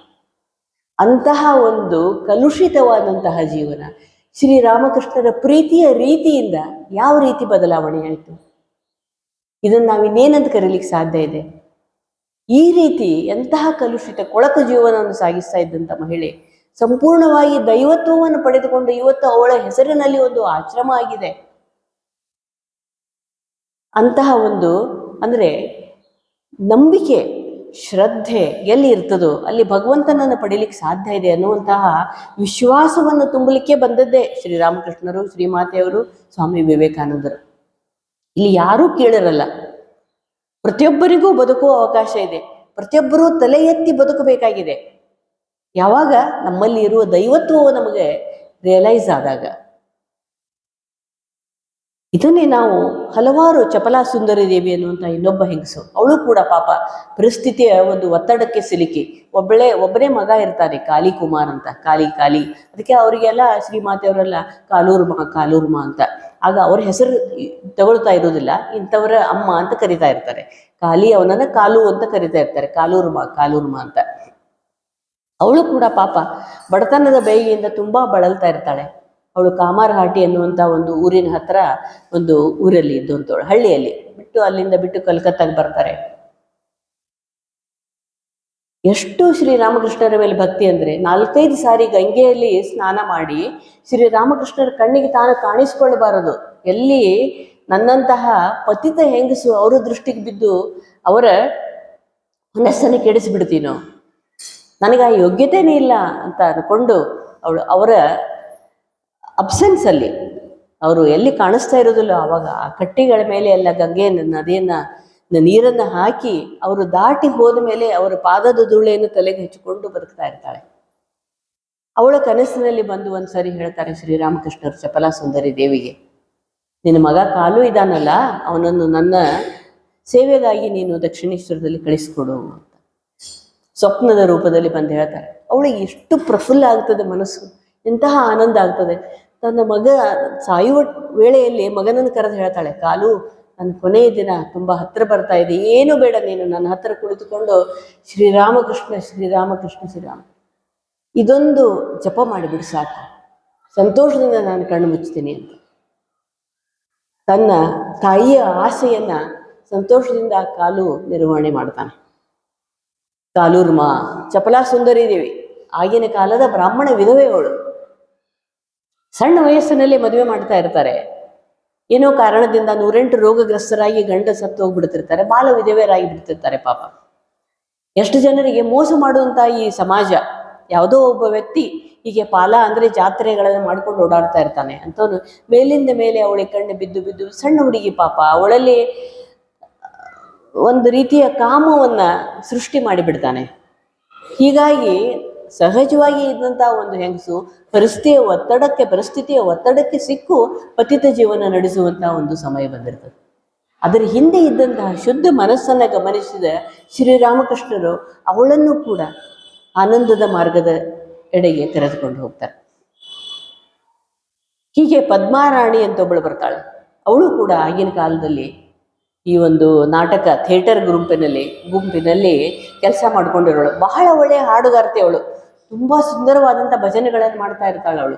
ಆದರೂ ಅವಳದು ಕೂಡ ಆಗಿನ ಕಾಲದಲ್ಲಿ ಈ ನಾಟಕ ಎಲ್ಲ ಮಾಡುವಂಥವರು ಮರ್ಯಾದಸ್ಥ ಹೆಂಗಸರು ಇಂಥದ್ದು ಮಾಡೋದಿಲ್ಲ ಅನ್ನುವಂಥ ಒಂದು ಭಾವನೆ ಜನರ ಮನಸ್ಸಿನಲ್ಲಿ ಇರ್ತದೆ. ಈ ಪದ್ಮಾರಾಣಿ ಒಳ್ಳೆಯ ಭಜನೆಗಳನ್ನು ಹಾಡ್ತಾ ಇರ್ತಾಳೆ. ಬಹಳ ಭಕ್ತಿಯಿಂದ ಶ್ರೀರಾಮಕೃಷ್ಣರ ಸೇವೆಗೆ ಬರ್ತಾ ಇರ್ತಾಳೆ. ಅವಳು ಕೂಡ ಶ್ರೀರಾಮಕೃಷ್ಣರನ್ನ ನೇರವಾಗಿ ನೋಡ್ತಾ ಇರೋದಿಲ್ಲ. ಅವಳಿಗೆ ತಪ್ಪಿತಸ್ಥ ಭಾವನೆ. ಈಗ ಹೇಗೆ ಕಳ್ಳರು ಪೊಲೀಸರು ನೋಡಿ ಭಯ ಪಡ್ಕೊಂಡು ಹೋಗ್ತಾರೆ, ಇವ್ರು ಬರ್ತಾರೆ, ಇವರಿಂದ ನಮ್ಮದೇನೋ, ಈ ರೀತಿ ಒಂದು ಮರ್ಯಾದೆ ಭಯ ತಮ್ಮಲ್ಲಿ ಇರುವಂತಹ ಕೀಳು ಭಾವನೆ, ಇದೆಲ್ಲದರಿಂದ ತಾವೇ ಸಂಕುಚಿತ ಮನಸ್ಸನ್ನು ಬೆಳೆಸಿಕೊಂಡು ಅವಳು ಶ್ರೀರಾಮಕೃಷ್ಣರಿಂದ ದೂರವಾಗಿಯೇ ನಿಲ್ತಾ ಇರ್ತಾಳೆ ಪದ್ಮಾರಾಣಿ. ಸ್ವಲ್ಪ ದಿನಗಳಾದ್ಮೇಲೆ ಒಬ್ಬಳೇ ಒಬ್ಬ ಮಗಳು ಕೂಡ ಸತ್ತು ಹೋಗ್ಬಿಡ್ತಾಳೆ ಪಾಪ. ಬಹಳ ನೊಂದು ತೀವ್ರತರವಾದಂಥ ದುಃಖ ಹೃದಯದಲ್ಲಿ ತುಂಬಿಕೊಂಡಂಥ ಪದ್ಮಾರಾಣಿ ಆ ಒಂದು ದೇವಾಲಯದ ಅಡಿಯಾದ್ ಅನ್ನುವಂಥ ಒಂದು ಹಳ್ಳಿ, ಕಾಮಾರಪುಕ್ಕೂರ್ ಹತ್ರ ಅಡಿಯಾದ್ ಅನ್ನುವಂಥ ಹಳ್ಳಿಯಲ್ಲಿ ಒಂದು ಗುಡಿಯ ಆವರಣದಲ್ಲಿ ಕುಳಿತುಕೊಂಡು ಅಳತಾಳೆ. ರಾತ್ರಿ ಇಡೀ ಹತ್ತು ಭಜನೆ ಮಾಡಿ ಮಲಗಿರ್ತಾಳೆ. ಅವಳ ಸ್ವಪ್ನದಲ್ಲಿ ಶ್ರೀರಾಮಕೃಷ್ಣರು ಅಂತ ಹೇಳ್ತಾರೆ, ಇಷ್ಟು ಒಳ್ಳೆಯ ಧ್ವನಿ ಇದೆ ನಿನಗೆ, ನೀನು ಕೃಷ್ಣನ ಭಜನೆಗಳನ್ನು ಯಾಕೆ ಕಲೀಲಿಕ್ಕೆ ಹೋಗ್ಬಾರ್ದು, ನಾನು ಎಲ್ಲಿ ಕಲಿಬೇಕು ಅಂತ ಕೇಳ್ತಾಳೆ. ನವದ್ವೀಪದಲ್ಲಿ ಹೋಗು, ನವದ್ವೀಪದಲ್ಲಿ ಶ್ರೀಕೃಷ್ಣನ ಭಕ್ತರಿದ್ದಾರೆ, ಅವರಿಗೆ ನಿನಗೆ ಭಜನೆಗಳನ್ನು ಕಲಿಸ್ಕೊಡ್ತಾರೆ, ಹೋಗಿ ನಿನ್ನನ್ನೇ ನೀನು ತೊಡಗಿಸಿಕೋ, ಭಗವಂತನೊಂದಿಗೆ ಬದುಕುವುದನ್ನು ಕಲಿ. ಇವತ್ತಿರುವಂಥ ದೇಹ ನಾಳೆ ಇರೋದಿಲ್ಲ, ನಿನ್ನ ಮಗಳು ಎಲ್ಲೂ ಹೋಗಿಲ್ಲ, ಇದ್ದಾಳೆ ಅವಳು. ಹೇಗೆ ಶ್ರೀಕೃಷ್ಣ ಅರ್ಜುನನಿಗೆ ಹೇಳ್ತಾನೆ, ಎಲ್ಲರೂ ಇಲ್ಲಿ ಸಾವು ಅನ್ನೋದಿಲ್ಲ, ಆತ್ಮ ಅವಿನಾಶಿ, ಭಗವದ್ಗೀತೆಯ ತತ್ವವನ್ನು ಶ್ರೀರಾಮಕೃಷ್ಣರು ಹೇಳ್ತಾ ಇದ್ದಾರೆ. ಇಲ್ಲಿ ಹೇಳ್ತಾರೆ, ನವದ್ವೀಪಕ್ಕೆ ಹೋಗು, ಸಾಧನೆ ಮಾಡು, ಕೃಷ್ಣನ ಭಜನೆಗಳನ್ನು ಕಲಿ, ಗೌರಾಂಗನ ಭಜನೆಗಳನ್ನು ಕಲಿ, ಭಗವಂತ ಒಳ್ಳೆಯ ಕಂಠವನ್ನು ಕೊಟ್ಟಿದ್ದಾನೆ, ಅದನ್ನು ನೀನು ಬೆಳೆಸ್ಕೋ. ಭಗವಂತನ ವಿಚಾರದಲ್ಲಿ ನಿನ್ನನ್ನೇ ನೀನು ತೊಡಗಿಸಿಕೊಂಡಾಗ ನಿನಗೆ ಗೊತ್ತಾಗಲಾರದ ಒಂದು ಆನಂದ ನಿನಗಾಗ್ತದೆ. ಸಮಯ ಬಂದಾಗ ನೀನು ನನ್ನ ಲೋಕಕ್ಕೆ ಬರ್ತೀಯಾ ಅಂತ ಸ್ವಪ್ನದಲ್ಲಿ ಹೇಳ್ತಾರೆ ಶ್ರೀರಾಮಕೃಷ್ಣ. ಮರುದಿನ ಅವಳ ಸಂಪೂರ್ಣ ಭಾವನೆಯ ಬದಲಾವಣೆ ಆಗಿಬಿಡ್ತದೆ. ಯಾವ ಮಟ್ಟಕ್ಕೆ ಅವಳ ಭಾವನೆ ಬದಲಾವಣೆ ಆಗಿಬಿಡ್ತದಂದ್ರೆ, ನವದ್ವೀಪಕ್ಕೆ ಬಂದ್ಬಿಡ್ತಾಳೆ ಅವಳು. ನವದ್ವೀಪಕ್ಕೆ ಬರ್ತಾಳೆ. ಅಲ್ಲಿ ವೈಷ್ಣವ ಪಂಥದ ಒಬ್ಬ ಗುರುಗಳು ಇವಳನ್ನು ಕರೆದು ಇವಳ ಧ್ವನಿಯನ್ನು ನೋಡಿ ಬಹಳ ಸಂತೋಷಪಟ್ಟು ನಾನು ನಿನಗೆ ಕಲಿಸ್ಕೊಡ್ತೀನಿ ಶ್ರೀಕೃಷ್ಣನ ಭಜನೆಗಳನ್ನು ಅಂತ ಹೇಳಿ ಶ್ರೀಕೃಷ್ಣನ ಭಜನೆಗಳನ್ನು ಕಲಿಸ್ತಾರೆ. ಕೊನೆಯವರೆಗೂ ಅವಳು ಭಜನೆ, ನೃತ್ಯ, ಭಗವಂತನ ಒಂದು ಲೀಲೆಯನ್ನು ಹಾಡ್ತಾ ಹಾಡ್ತಾ ಒಂದು ಸುಂದರವಾದಂತಹ ಬದುಕನ್ನು ಸಾಗಿಸ್ತಾಳೆ.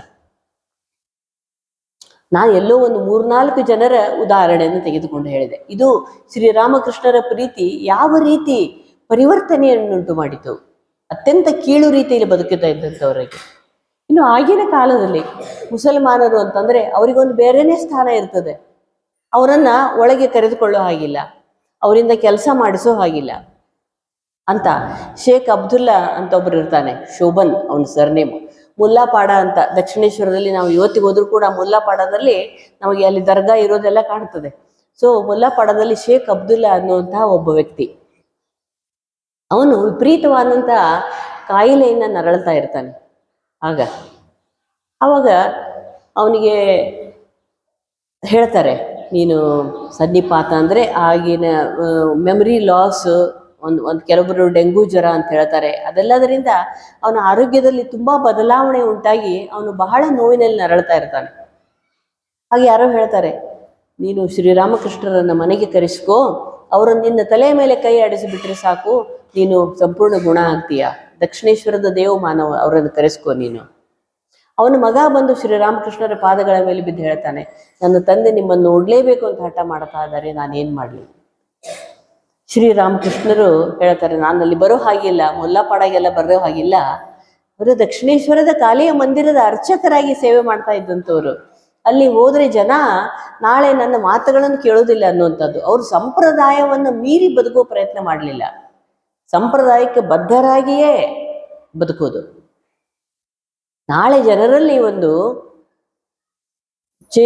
ಉದಾತ್ತೀಕರಣದ ಒಂದು ಮಾರ್ಗವನ್ನು ತೋರಿಸಬೇಕು ಅಂತಂದ್ರೆ ನನಗೆ ಇಷ್ಟ ಬಂದಾಗ ನಾನು ಬದುಕ್ತೀನಿ ಅಂತ ಅನ್ನೋ ಹಾಗಿಲ್ಲ. ಅವರು ಕೆಲವೊಂದು ಕಟ್ಟಳೆಗಳನ್ನು ಹಾಕಿಕೊಂಡು ಸಂಪ್ರದಾಯದ ಚೌಕಟ್ಟಿನಲ್ಲಿ ಇದ್ದುಕೊಂಡೇ ಎತ್ತುವಂಥ ಕೆಲಸವನ್ನು ಮಾಡಬೇಕಾಗ್ತದೆ.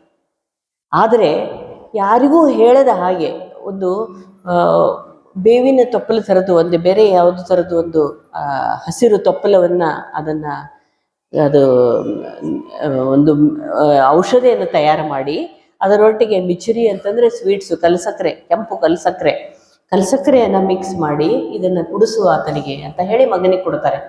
ಆ ಟ್ರೀಟ್ಮೆಂಟ್ ಆದಮೇಲೆ ಒಂದು 4 ದಿನಕ್ಕೆ ಅವನು ಸಂಪೂರ್ಣ ಗುಣಮುಖ ಆಗಿಬಿಡ್ತಾನೆ. ಆದರೂ ಕೂಡ ಅವನ ಮನಸ್ಸಿನಲ್ಲಿ ಒಂದು ಖೇದ ಉಳಿದು ಬಿಟ್ಟಿರ್ತದೆ. ನಾನು ಠಾಕೂರನ್ನು ಎಷ್ಟು ಪ್ರೀತಿ ಮಾಡ್ತಾ ಇದ್ದೇನೆ, ಬರಲಿಲ್ಲ ಅಲ್ಲ ಇವರು, ಮುಲ್ಲಾಪಾಡಾಗೆ ಬಂದು ಇವರು ಭೇಟಿ ಮಾಡಲಿಲ್ಲ ಅಲ್ಲ. ಅವತ್ತೇ ದಿನ ರಾತ್ರಿ 12:30 1 ಗಂಟೆಗೆ ಯಾರೂ ಇರಲಾರದಾಗ ತಲೆಯ ಮೇಲೆ ಯಾರೋ ಕೈ ಆಡಿಸ ನೋಡ್ತದೆ, ಅನ್ನಿಸ್ತದೆ ಅವನಿಗೆ. ಕಣ್ಣು ತೆಗೆದು ನೋಡ್ತಾನೆ, ಶ್ರೀರಾಮಕೃಷ್ಣರು. ನೀನು ಹುಷಾರಾಗಿದೆಯಪ್ಪ ಅಬ್ದುಲ್ಲಾ, ಚಿಂತೆ ಮಾಡಬೇಕಾಗಿಲ್ಲ, ನಾನು ಹೇಳಿದಾಗೆ ಆ ಔಷಧಿಯನ್ನು ತೆಗೆದುಕೋ ನೀನು ಅಂತ ಹೇಳಿ ಹೋಗ್ತಾರೆ. ಇದು ಶೇಖ್ ಅಬ್ದುಲ್ಲಾ ಶೋಭನ್ ಅನ್ನುವಂಥ ಮುಸ್ಲಿಮನಿಗೆ ಅವರು ತೋರಿಸಿದಂಥ ಪ್ರೀತಿ. ಫಾತಿಮಾ ಅಂತ ಒಬ್ಬಳಿರ್ತಾಳೆ. ಹೀಗೆ ಅವ್ರ ರಿಲೇಟಿವ್ಸ್ ಅವರೆಲ್ಲರೂ ನನ್ನ ಮಗ ಅಂತಾನೆ ಕರೀತಾ ಇರ್ತಾರೆ. ಅವರನ್ನು ಅಮ್ಮ ಅಂತಾನೆ ಸಂಬೋಧನೆ ಮಾಡ್ತಾ ಇರ್ತಾರೆ ಶ್ರೀರಾಮಕೃಷ್ಣ. ಇನ್ನು ಆಗಿನ ಕಾಲದಲ್ಲಿ ನಾಟಕಕಾರ ಒಂದು ಪ್ರಸಿದ್ಧ ಆದಂಥ ಗಿರೀಶ್ ಚಂದ್ರ ಘೋಷ್ ಅವರಂತೂ ಬದಲಾವಣೆ ಆದ ರೀತಿ ಎಂಥವರೆಗೂ ವಿಶ್ವಾಸವನ್ನು ತಂದುಕೊಡುತ್ತದೆ. ಗಿರೀಶನಂಥವರೇ ಬದಲಾವಣೆ ಆಗಿದ್ದಾರೆ ಅಂದರೆ ಖಂಡಿತವಾಗಿಯೂ ನಮಗೂ ಶ್ರೀರಾಮಕೃಷ್ಣರ ಕೃಪೆ ಇದೆ ಅನ್ನುವಂತಹ ಒಂದು ಆಶ್ವಾಸನೆಯನ್ನು ಕೊಡಲಿಕ್ಕೆ ಗಿರೀಶ್ ಬಂದನೇನೋ ಅನ್ನುವಂಥ ರೀತಿಯಲ್ಲಿ ಅವ್ರ ಬಗ್ಗೆ ಸ್ವಲ್ಪ ಹೇಳದೆ ಹೋದರೆ ಶ್ರೀರಾಮಕೃಷ್ಣರ ಪ್ರೀತಿ ಎಷ್ಟು ವಿಶ್ವವ್ಯಾಪಿಯಾಗಿತ್ತು ಅನ್ನೋದನ್ನು ನಮಗೆ ಅರ್ಥ ಮಾಡ್ಕೊಳ್ಳಿಕ್ಕೆ ಆಗೋದೇ ಇಲ್ಲ. ಗಿರೀಶ್ ಚಂದ್ರ ಘೋಷ್ ಸಣ್ಣ ಮಗು ಇದ್ದಾಗಿನಿಂದ ದೊಡ್ಡವನಾಗುವವರೆಗೂ ಲಿಸ್ಟ್ ಮಾಡ್ತಾ ಹೋದರೆ ಬರೀ ಕೆಟ್ಟ ಕೆಲಸಗಳ ಲಿಸ್ಟ್ ಎಷ್ಟೊಂದು ಆಗ್ತಾ ಇತ್ತು ಅನ್ನೋದನ್ನು ನಾವು ನೋಡ್ಬೋದು. ಅವರಿಗೂ ಕೂಡ ಪರಿಸ್ಥಿತಿಯ ಒತ್ತಡ ಆಗಿತ್ತು ಅಂತ ಹೇಳ್ಬೋದು. ಪಾಪ ಆಗಿನ ಕಾಲದಲ್ಲಿ ಸಣ್ಣ ಮಗು ಇದ್ದಾಗನೇ ತಾಯಿ ತೀರು ಹೋಗ್ಬಿಡ್ತಾಳೆ. ತಂದೆ ತಾಯಿಯರಿಂದ ಬೇರ್ಪಟ್ಟ ಮಗು ಅಂಥ ಬುದ್ಧಿಮತ್ತೆ ಇರ್ತದೆ, ಅಂಥ ಶಕ್ತಿ ಅವನ ಮೈಯಲ್ಲಿ ಇರ್ತದೆ. ಫೋಟೋಗ್ರಾಫಿಕ್ ಮೆಮರಿ ಅಂತ ಹೇಳ್ತೇವಲ್ಲ, ಈಗ ಒಂದೇನಾದರೂ ಓದಿದ್ರೆ ಮರೆಯೋ ಹಾಗೇ ಇಲ್ಲ. ಆದರೆ ಅವನಿದ್ದಂತಹ ಶಕ್ತಿ ಬುದ್ಧಿಮತ್ತೆ ಸರಿಯಾದ ದಾರಿಯಲ್ಲಿ ಚಾನಲೈಸ್ಡ್ ಆಗಿರಲಿಲ್ಲ. ಯಾವ ದಿಕ್ಕಿನಲ್ಲಿ ಹರಿಬೇಕಾಗಿತ್ತೋ ಆ ದಿಕ್ಕಿನಲ್ಲಿ ಹರಿಯಲಿಲ್ಲ ಅವ್ರದ್ದು. ಹೀಗಾಗಿ ತಪ್ಪು ದಾರಿಗೆ ಜೀವನವನ್ನು ಸಾಗಿಸ್ಲಿಕ್ಕೆ ಶುರು ಮಾಡಿಬಿಡ್ತಾನೆ ಗಿರೀಶ್ ಚಂದ್ರ. ಅದನ್ನ ಅರಿತುಕೊಂಡಂತಹ ಶ್ರೀರಾಮಕೃಷ್ಣರು ಅವ್ರಿಗೆ ಗೊತ್ತಾಗ್ಬಿಟ್ಟಿರ್ತದೆ, ಇವನಲ್ಲಿ ಅಪಾರ ಶಕ್ತಿ ಇದೆ, ಇದು ಹರಿತಾ ಇದ್ದಂತಹ ದಿಕ್ಕು ಸರಿ ಇಲ್ಲ, ಅದು ಗೊತ್ತಾಗಿರ್ತದೆ ಅವರಿಗೆ. ಬರ್ಲಿ, ಕಾಲ ಬಂದಾಗ ಇವನನ್ನು ಸರಿ ಆಗ್ತಾನೆ ಅನ್ನುವಂಥ ಒಂದು ವಿಶ್ವಾಸ. ಸಣ್ಣವನಿದ್ದಾಗ, ಒಂದು 15-16 ವರ್ಷದವನಿದ್ದಾಗ ಅವನು ಮಾಡ್ತಾ ಇದ್ದಂತಹ ಕೆಟ್ಟ ಕೆಲಸಗಳು ಎಂಥದ್ದು ಅಂತಂದ್ರೆ, ಪಕ್ಕದ ಮನೆಯಲ್ಲಿ ಒಬ್ರು ಮುಸ್ಲಿಂ ಇರ್ತಾರೆ, ಅವ್ರ ಮನೆಯಲ್ಲಿ ದಿನ ಕೋಳಿ ವ್ಯವಹಾರ ಮಾಡ್ತಾ ಇರ್ತಾನೆ. ಕೋಳಿ ಕತ್ತರಿಸೋದು, ಚಿಕನ್ ಮಾಡೋದು, ಸಾರು ಮಾಡೋದು ಎಲ್ಲ. ಇವನಿಗೆ ಅನಿಸ್ತದೆ, ಕೋಳಿಗಳನ್ನು ಹಿಡ್ಕೊಂಡು ಬರೋದು ಗಿರೀಶ್ ಚಂದ್ರ, ಅದನ್ನು ತಾನು ಕತ್ತರಿಸಿ ಕೋಳಿ ಸಾರು ಮಾಡಿಕೊಂಡು ಊಟ ಮಾಡ್ತಿರ್ತಾನೆ. ಅವನು ಮಾಡೋದನ್ನು ನೋಡಿ ಬಿಡ್ತಾನೆ ಈ ಮುಸಲ್ಮಾನ್ ಯುವಕ. ನೋಡಿ ಹೇಳ್ತಾನೆ, ನಿನ್ನ ಬಿಡೋದಿಲ್ಲ ನಾನು, ನಿನ್ನ ಜುವೆನೈಲ್ ಕೋರ್ಟಿಗೆ ಕರ್ಕೊಂಡು ಹೋಗ್ತೀನಿ, ಕೋರ್ಟಿಗೆ ಕರ್ಕೊಂಡೋಗಿ ನಿನ್ನ ಮೇಲೆ ಕೇಸ್ ಹಾಕ್ತೀನಿ, ನಿನಗೆ ಶಿಕ್ಷೆ ಆಗಲೇಬೇಕು. ಎಷ್ಟು ದಿನ ಅಂತ ತಡಿಬೇಕು ನಾನು? ದಿನ ನಾನು ಕೋಳಿ ಮರಿಗಳನ್ನು ತೆಗೆದುಕೊಂಡು ಹೋಗ್ತಾ ಇದೀಯಾ ನೀನು? ಕೇಸ್ ಹಾಕಿಬಿಡ್ತಾನೆ. ಬ್ರಿಟಿಷರ ಕಾಲದಲ್ಲಿ ಇದ್ದಂತಹ ಕೋರ್ಟ್ ಅದ, ಅವಾಗ ಕೇಸ್ ತಗೊಳ್ತಾ. ಆಗ ಇವನು ಮೊದಲೇ ನಾಟಕಕಾರ, ಅತ್ಯಂತ ಬಹಳ ಮೇಧಾವಿ, ಇಂಥ ಒಳ್ಳೆಯ ಆ್ಯಕ್ಟರ್ ಇವನು. ಇಷ್ಟು ಒಳ್ಳೆ ಆ್ಯಕ್ಟಿಂಗ್ ಮಾಡ್ತಾ ಇರ್ತಾನೆ. ಅವತ್ತು ಪೂರ್ತಿ ಒಬ್ಬ ಬ್ರಾಹ್ಮಣ, ಹೀಗೆ ಹಣೆ ಮೇಲೆಲ್ಲ ಇದನ್ನ ನಾಮವನ್ನು ಹಚ್ಕೊಂಡು, ಕಿವಿ ಮೇಲೆ ಹೂವು ಇಟ್ಕೊಂಡು, ರುದ್ರಾಕ್ಷಿ ಎಲ್ಲ ಹಾಕೊಂಡು ಕೋರ್ಟಿಗೆ ಬರ್ತಾನೆ. ಬಂದ ತಕ್ಷಣ ಅವರು ಬ್ರಿಟಿಷರು ಇದ್ದಂಥವ್ರು ಅವರು ಹೇಳ್ತಾರೆ, ಏನೋ ಗಿರೀಶ, ನೀನು ಇವನ ಕೋಳಿಗಳನ್ನೆಲ್ಲ ದಿನ ಕತ್ತರಿಸ್ಕೊಂಡು ಸಾರು ಮಾಡ್ಕೊಂಡು ಊಟ ಮಾಡ್ತಾ ಇದೆಯಂತೆ, ಕಿವಿ 2 ಬಟ್ ಹಾಕೊಂಡು, ರಾಧೇ ಗೋವಿಂದ ರಾಧೇ ಗೋವಿಂದ, ಎಂಥ ಮಾತು ಹೇಳ್ತಾ ಇದ್ದೀರಾ? ನಾನು ಅಂಥವನ? ನನಗೆ ಕೋಳಿ ಅಂದರೆ ಕೂಡ ನನಗೆ ಒಂದು ರೀತಿಯ ಇಷ್ಟು ಅಶಕ್ತಿ ಉಂಟಾಗ್ಬಿಡ್ತದೆ ನನಗೆ. ನಾನೇನು ಕೋಳಿ ತಿಂತೀನಿ? ಎಂಥ ಬ್ರಾಹ್ಮಣ ನಾನು, ಶಾಂತಂ ಪಾಪಂ, ಎಂದು ಮಾತಾಡಿದ್ದೀರಿ? ಒಂದು ನಾಟಕ ಮಾಡಿಬಿಡ್ತಾನೆ. ಅಲ್ಲಿ ಇದ್ದಂಥ ಬ್ರಿಟಿಷರವರು ಹೇಳ್ತಾರೆ, ಜಡ್ಜ್ ಹೇಳ್ತಾನೆ, ಏನು ಯಾರ ಮೇಲೆ ನೀನು ಕೇಸ್ ಹಾಕ್ಲಿಕ್ಕೆ ಬಂದಿದ್ಯೋ? Case dismissed. ಕೇಸ್ ಡಿಸ್ಮಿಸ್ ಆಗ್ತದೆ. ಹೊರಗೆ ಬರ್ತಾನೆ. ಬರುವಷ್ಟರಲ್ಲಿ ಪಾಪ ಮುಲ್ಲಾ ಇರ್ತಾನೆ. ಮುಲ್ಲಾಗ ಹೇಳ್ತಾನೆ, ನೀನು ನಿನ್ನ ಮನೆ ಕೋಳಿಗಳು ನನ್ನ ಮನೆಗೆ ಬಂದೇ ಬರ್ತದೆ, ನಾನು ಸಾರು ಮಾಡಿ ತಿಂತೀನಿ, ನೀನೇನಾದರೂ ಮಾಡ್ಕೋ ಹೋಗು. ಗಿರೀಶ್ ಚಂದ್ರ ಘೋಷ್ ತನ್ನ ಬಯೋಗ್ರಫಿಯಲ್ಲಿ ಬರೆದಿದ್ದಾರೆ ಇದನ್ನ. ಇಂಥ ವ್ಯಕ್ತಿ ನಾನು. ಶ್ರೀರಾಮಕೃಷ್ಣರನ್ನ ಮೊದಲ ಸರಿ ನೋಡಿದಾಗ ಅನಿಸ್ತದ ಅವ್ರಿಗೆ, ಓ ಡೋಂಗ್ ಸನ್ಯಾಸಿ, ಏನು ನಾಟಕ ಮಾಡ್ತಾ ಇರುವಂಥ ಡೋಂಗಿ ಸನ್ಯಾಸಿ, ಅದೇನು ಇವರು ಇದು ಮಾಡ್ತಾರಂತೆ, ಭಾವ, ಅದೆಂಥ ಭಾವ ಬರ್ತದೆ, ಎಲ್ಲ ನಾಟಕ ಅಂತ ಮೊದಲೇ ಸಾರಿ 2 ಶಬ್ದ ಅಂದು ಹೋಗ್ತಾನೆ. ಓ ಡೋಂಗಿ ಅಂತ ಅನ್ಕೊಂಡು ಹೋಗಿರ್ತಾನೆ.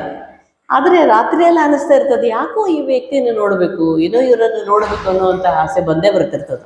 ಕೊನೆಗೆ 10-12 ವರ್ಷಗಳ ಕಾಲ ಅವನೊಂದು ಪುಸ್ತಕದ ಅಂಗಡಿಯಲ್ಲಿ ಇಡ್ತಾರೆ. ಪುಸ್ತಕಗಳನ್ನು ಹೊಂದಿಸುವಂಥ ಒಂದು ಕೆಲಸವನ್ನು ಪಡೆದುಕೊಳ್ತಾನೆ ಗಿರೀಶ್ ಚಂದ್ರ ಘೋಷ್. ಅಲ್ಲಿ ಓದುವಂಥ ಹವ್ಯಾಸ ಇಷ್ಟು ಅಂತಂದರೆ, ಸಂಪೂರ್ಣವಾಗಿ ರಾಮಾಯಣ, ಭಾಗವತ, ಚೈತನ್ಯ ಚರಿತಾಮೃತ, ಬೌದ್ಧ, ಮುಸ್ಲಿಮರದು ಎಲ್ಲ ಅಮೂಲಾವಗರಿಗೆ ಚೆನ್ನಾಗಿ ಓದ್ತಾನೆ. ಆದರೆ ಶಾಲೆಗೆ ಹೋಗಿ ಡಿಗ್ರಿ ಪಡೆಯುವಂತ ನಾನು ಮಾಡೋದಿಲ್ಲ. ನನ್ನ ಶಕ್ತಿಗೆ ಮೀರಿದಂಥ ಪಾಠವನ್ನು ನನಗೆ ಯಾರೂ ಕಲಿಸೋದಿಲ್ಲ, ನನಗೆಲ್ಲ ಗೊತ್ತಿದೆ, ಎಲ್ಲ ಚೆನ್ನಾಗಿ ಅಭ್ಯಾಸ ಮಾಡ್ತಾನೆ. ಇಂಥ ಸುಂದರವಾದಂಥ ಇಂಗ್ಲೀಷನ್ನು ಕಲಿತಾನೆ ಅವನು. ಆಗಿನ ಕಾಲದಲ್ಲಿ ಇಂಗ್ಲೀಷ್, ಬ್ರಿಟಿಷರು ಇವನು ಮುಂದೆ ತಲೆ ನಾಚ್ಕೊಂಡು ನಿಲ್ಲಬೇಕು. ಶೇಕ್ಸ್ಪಿಯರನ್ ಬಗ್ಗೆ ಸಂಪೂರ್ಣವಾಗಿ ಟಿಪ್ ಆಫ್ ದ ಟಂಗ್, ಇಂಥದ್ದು ಇಲ್ಲ ಅಂತಿಲ್ಲ. ಬೈರನ್ ಬಗ್ಗೆ ಹೇಳ್ತಾ ಇರ್ತಾನೆ. ಅವರ ಮೇಲೆ ನಾಟಕಗಳನ್ನು ರಚನೆ ಮಾಡ್ತಾನೆ ಅಂತಹ ಗಿರೀಶ್ ಚಂದ್ರ ಘೋಷ್ ಅವನು. ಆದರೆ ಏನು ಪಾಪ, ಅವನ ಸಮಯ ಒಂದು ಕೆಟ್ಟ ಅನ್ಬೋದು, ಅಥವಾ ಶ್ರೀರಾಮಕೃಷ್ಣರಿಗೆ ಹೊಂದಿಸ್ಬೇಕು ಅಂತ ಅನ್ಕೊಂಡು ಸಮಯ ಆಟ ಆಡಿತು ಅನ್ನಬಹುದು. ಒಳ್ಳೆಯದಕ್ಕೋ ಕೆಟ್ಟದಕ್ಕೋ ಏನೋ ಒಂದು ಕಾರಣಕ್ಕೆ ಪಾಪ ಅವನು 4 ಜನ ಮಕ್ಕಳಲ್ಲಿ 2 ಮಕ್ಕಳು ತೀರಿ ಹೋಗ್ಬಿಡ್ತಾರೆ. ಬಹಳ ದುಃಖ. ಆ ದುಃಖವನ್ನ ಮರೆಯಲಾರದೆ ಕುಡಿಲಿಕ್ಕೆ ಶುರು ಮಾಡಿಬಿಡ್ತಾನೆ ಪಾಪ. ಕುಡಿತ ಇಷ್ಟು ಹೆಚ್ಚಾಗ್ತದೆ ಅಂತಂದ್ರೆ ಅನ್ಕಂಟ್ರೋಲ್ಡ್, ಕುಡಿಯೋದೇ ಹಾಗೆ. ಎಲ್ಲರೂ ಒಂದು ಹೇಳಿದ್ರೆ ಇವನೊಂದು ಬೇರೆನೆ, ಯಾವ ದೇವರು ಇಲ್ಲ, ನಾನು ನಂಬುವುದಿಲ್ಲ, ಅದನ್ನೆಲ್ಲ ನಂಬುವುದಿಲ್ಲ, ನನಗೆಲ್ಲ ಹೇಳಿಬಿಡ್ರಿ ನೀವು ಅಂತ. ಅವ್ರ ಫ್ರೆಂಡ್ಸ್ ಒಟ್ಟಿಗೆ ಒಂದ್ಸರಿ ಎಲ್ಲೋ ಹೋಗಿರ್ತಾರೆ ಅವರು. ಬಹಳ ಒಂದು ಪ್ರಪಾತಕ್ಕೆ ಬಿದ್ದು ಬಿಡ್ತಾನೆ ಇವನು ಗಿರೀಶ್ ಚಂದ್ರ ಘೋಷ್. ಫ್ರೆಂಡ್ಸ್ ಅಂತಾರೆ, ನಿನಗೇನು ದೇವರ ಮೇಲೆ ಭಕ್ತಿ ಇಲ್ಲಲ್ಲ, ನಿನ್ನನ್ನು ಯಾರು ಕಾಯ್ತಾರೆ? ನಾವಂತೂ ಮನುಷ್ಯರು, ಕಾಯ್ದರೆ ದೇವರಿಗೆ ಕಾಯಬೇಕು, ಭಗವಂತನ ಮೇಲೆ ಭಕ್ತಿನೆಲ್ಲ ಬಿದ್ದು ಹೋಗಿ ನೀನು ಪ್ರಪಾತದಲ್ಲಿ ಅನ್ಕೊಂಡು ಅವರು ಮುಂದೆ ಬಂದುಬಿಡ್ತಾರೆ. ಇಷ್ಟು ಇವನಿಗೆ ಹೌದಲ್ಲ, ಇವ್ರು ಏನು ಹೇಳಿದ್ ನಿಜ ಇರ್ಬೋದು ಏನೋ, ಹಾಗಾದರೆ ನಾನು ಭಗವಂತನನ್ನು ನೆನೆಸ್ಬೇಕು ಏನು, ಭಗವಂತನನ್ನು ನೆನೆಸ್ತೀನಿ, ನನ್ನನ್ನು ಕಾಪಾಡು ಅಂತ ಹೇಳಿ ಶ್ರೀರಾಮಕೃಷ್ಣನ ಮುಖ ಗೋಚರ ಆಗ್ತದೆ ಅವನಿಗೆ. ಆಗ ಅನ್ನಿಸ್ತದೆ ಎಲ್ಲೋ ಒಂದು ಮಾರ್ಗ ಕಾಣಿಸ್ದಂಗೆ ಆಗ್ತದೆ. ಅಲ್ಲಿ ಹೋಗಿ ನೋಡ್ತಾನೆ, ಕೈ ಇಟ್ಟು ಮೇಲೆ ಬರಲಿಕ್ಕೆ ದಾರಿ ಕಾಣಿಸ್ತದೆ ಅವನಿಗೆ. ಅವಾಗ ಅನ್ನಿಸ್ತದೆ, ಒಂದು ಇಷ್ಟು ಬರೀ ಪಾಪ ಜೀವನವನ್ನೇ ಮಾಡಿದಂತ ನಾನು ಒಂದೇ ಒಂದು ಸಾರಿ, ಅದು ನನ್ನ ಭಯದಿಂದ ಸತ್ಯ ಹೊಂಟಿದ್ದೀನಿ ಅಂದ್ಕೊಂಡು ಬದುಕಬೇಕು ಅಂತ ಭಗವಂತನ ನೆನೆಸಿದ್ರು ಕೂಡ ನನಗೆ ದಾರಿ ಮಾಡಿಕೊಟ್ರಲ್ಲ. ಇವರು ಸಾಮಾನ್ಯರಲ್ಲ, ಏನೋ ಅದ್ಭುತ ಇದೆ ಭಗವಂತನ ನಾಮಸ್ಮರಣೆಯಲ್ಲಿ ಅಂದ್ಕೊಂಡು ತಾನು ಮೇಲೆ ಬರ್ತಾನೆ. ಎಂಥ ಒಂದು ವಿಚಿತ್ರ ವಿಕಾರವನ್ನು ಹೊಂದಿದಂಥ ವ್ಯಕ್ತಿಯಾಗಿದ್ದ ಅಂದರೆ, ದುರ್ಗಾ ಪ್ರತಿಮೆಯನ್ನು ತೆಗೆದುಕೊಂಡು ನವರಾತ್ರಿಯ ಟೈಮ್ನಲ್ಲಿ ಅವನ ಮನೆ ಮುಂದೆ ಬಂದರೆ ಮೊದಲು ಕೊಡಲೆಯನ್ನು ತೆಗೆದುಕೊಂಡು ದುರ್ಗಾ ಪ್ರತಿಮೆಯ ಕೈಕಾಲುಗಳನ್ನು ಕತ್ತರಿಸಿ ಹಾಕಿರ್ತಾರೆ. ಏನು ಮಾಡ್ತಾಳೋ ಮಾಡು ನೋಡೋಣ ನಿನ್ನ ದುರ್ಗೆ ಏನು ಮಾಡ್ತಾಳೋ ಅಂತ. ಅದನ್ನು ಮಾಡಿದ ದಿವಸ ಸಿಕ್ಕಾಪಟ್ಟೆ ಕುಡಿದುಕೊಂಡು ಶ್ರೀರಾಮಕೃಷ್ಣರ ಮುಂದೆ ದಕ್ಷಿಣೇಶ್ವರದಲ್ಲಿ ಬರ್ತಾನೆ. ಅವನನ್ನು ನೋಡಿದ ಕೂಡಲೇ ಎಲ್ಲಿ ನನ್ನನ್ನು ಬೈದು ಹಾಕಿಬಿಡ್ತಾರೋ ಶ್ರೀರಾಮಕೃಷ್ಣರು ಅಂತ ತಿಳ್ಕೊಂಡಿರ್ತಾನೆ ಇವನು. ಹಾಗಾಗುವುದಿಲ್ಲ, ನೀನು ಬಂದೆಯಲ್ಲ, ನನಗೆ ಗೊತ್ತಿತ್ತು ನೀನು ಬರ್ತೀಯ ಅಂತ. ಅತ್ಯಂತ ಸಂತೋಷದಿಂದ ಶ್ರೀರಾಮಕೃಷ್ಣರು ಭಾವಾವಸ್ಥೆಯಲ್ಲಿ ಲೀನ ಆಗಿಬಿಡ್ತಾರೆ. ಇದು ಬಹಳ ಆಶ್ಚರ್ಯ ಆಗಿಬಿಡ್ತದೆ. ಇದೇನಿದು, ನನ್ನಂತ ಕೆಟ್ಟ ಮನುಷ್ಯ ಬಂದ್ರೆ ಇವರು ಬಂದ್ಬಿಟ್ಟೆ ನಿನ್ನ ದಾರಿ ಕಾಯ್ತಾ ಇದ್ದೆ ಅಂತದಾರಲ್ಲ. ಯಾರು ನನ್ನ ದಾರಿ ಕಾಯೋರೇ ಯಾರೂ ಇಲ್ಲ ಈ ಪ್ರಪಂಚದಲ್ಲಿ, ಇವ್ರು ಯಾಕೆ ನನ್ನ ಕಾಯ್ತಾ ಇದ್ದಾರೆ?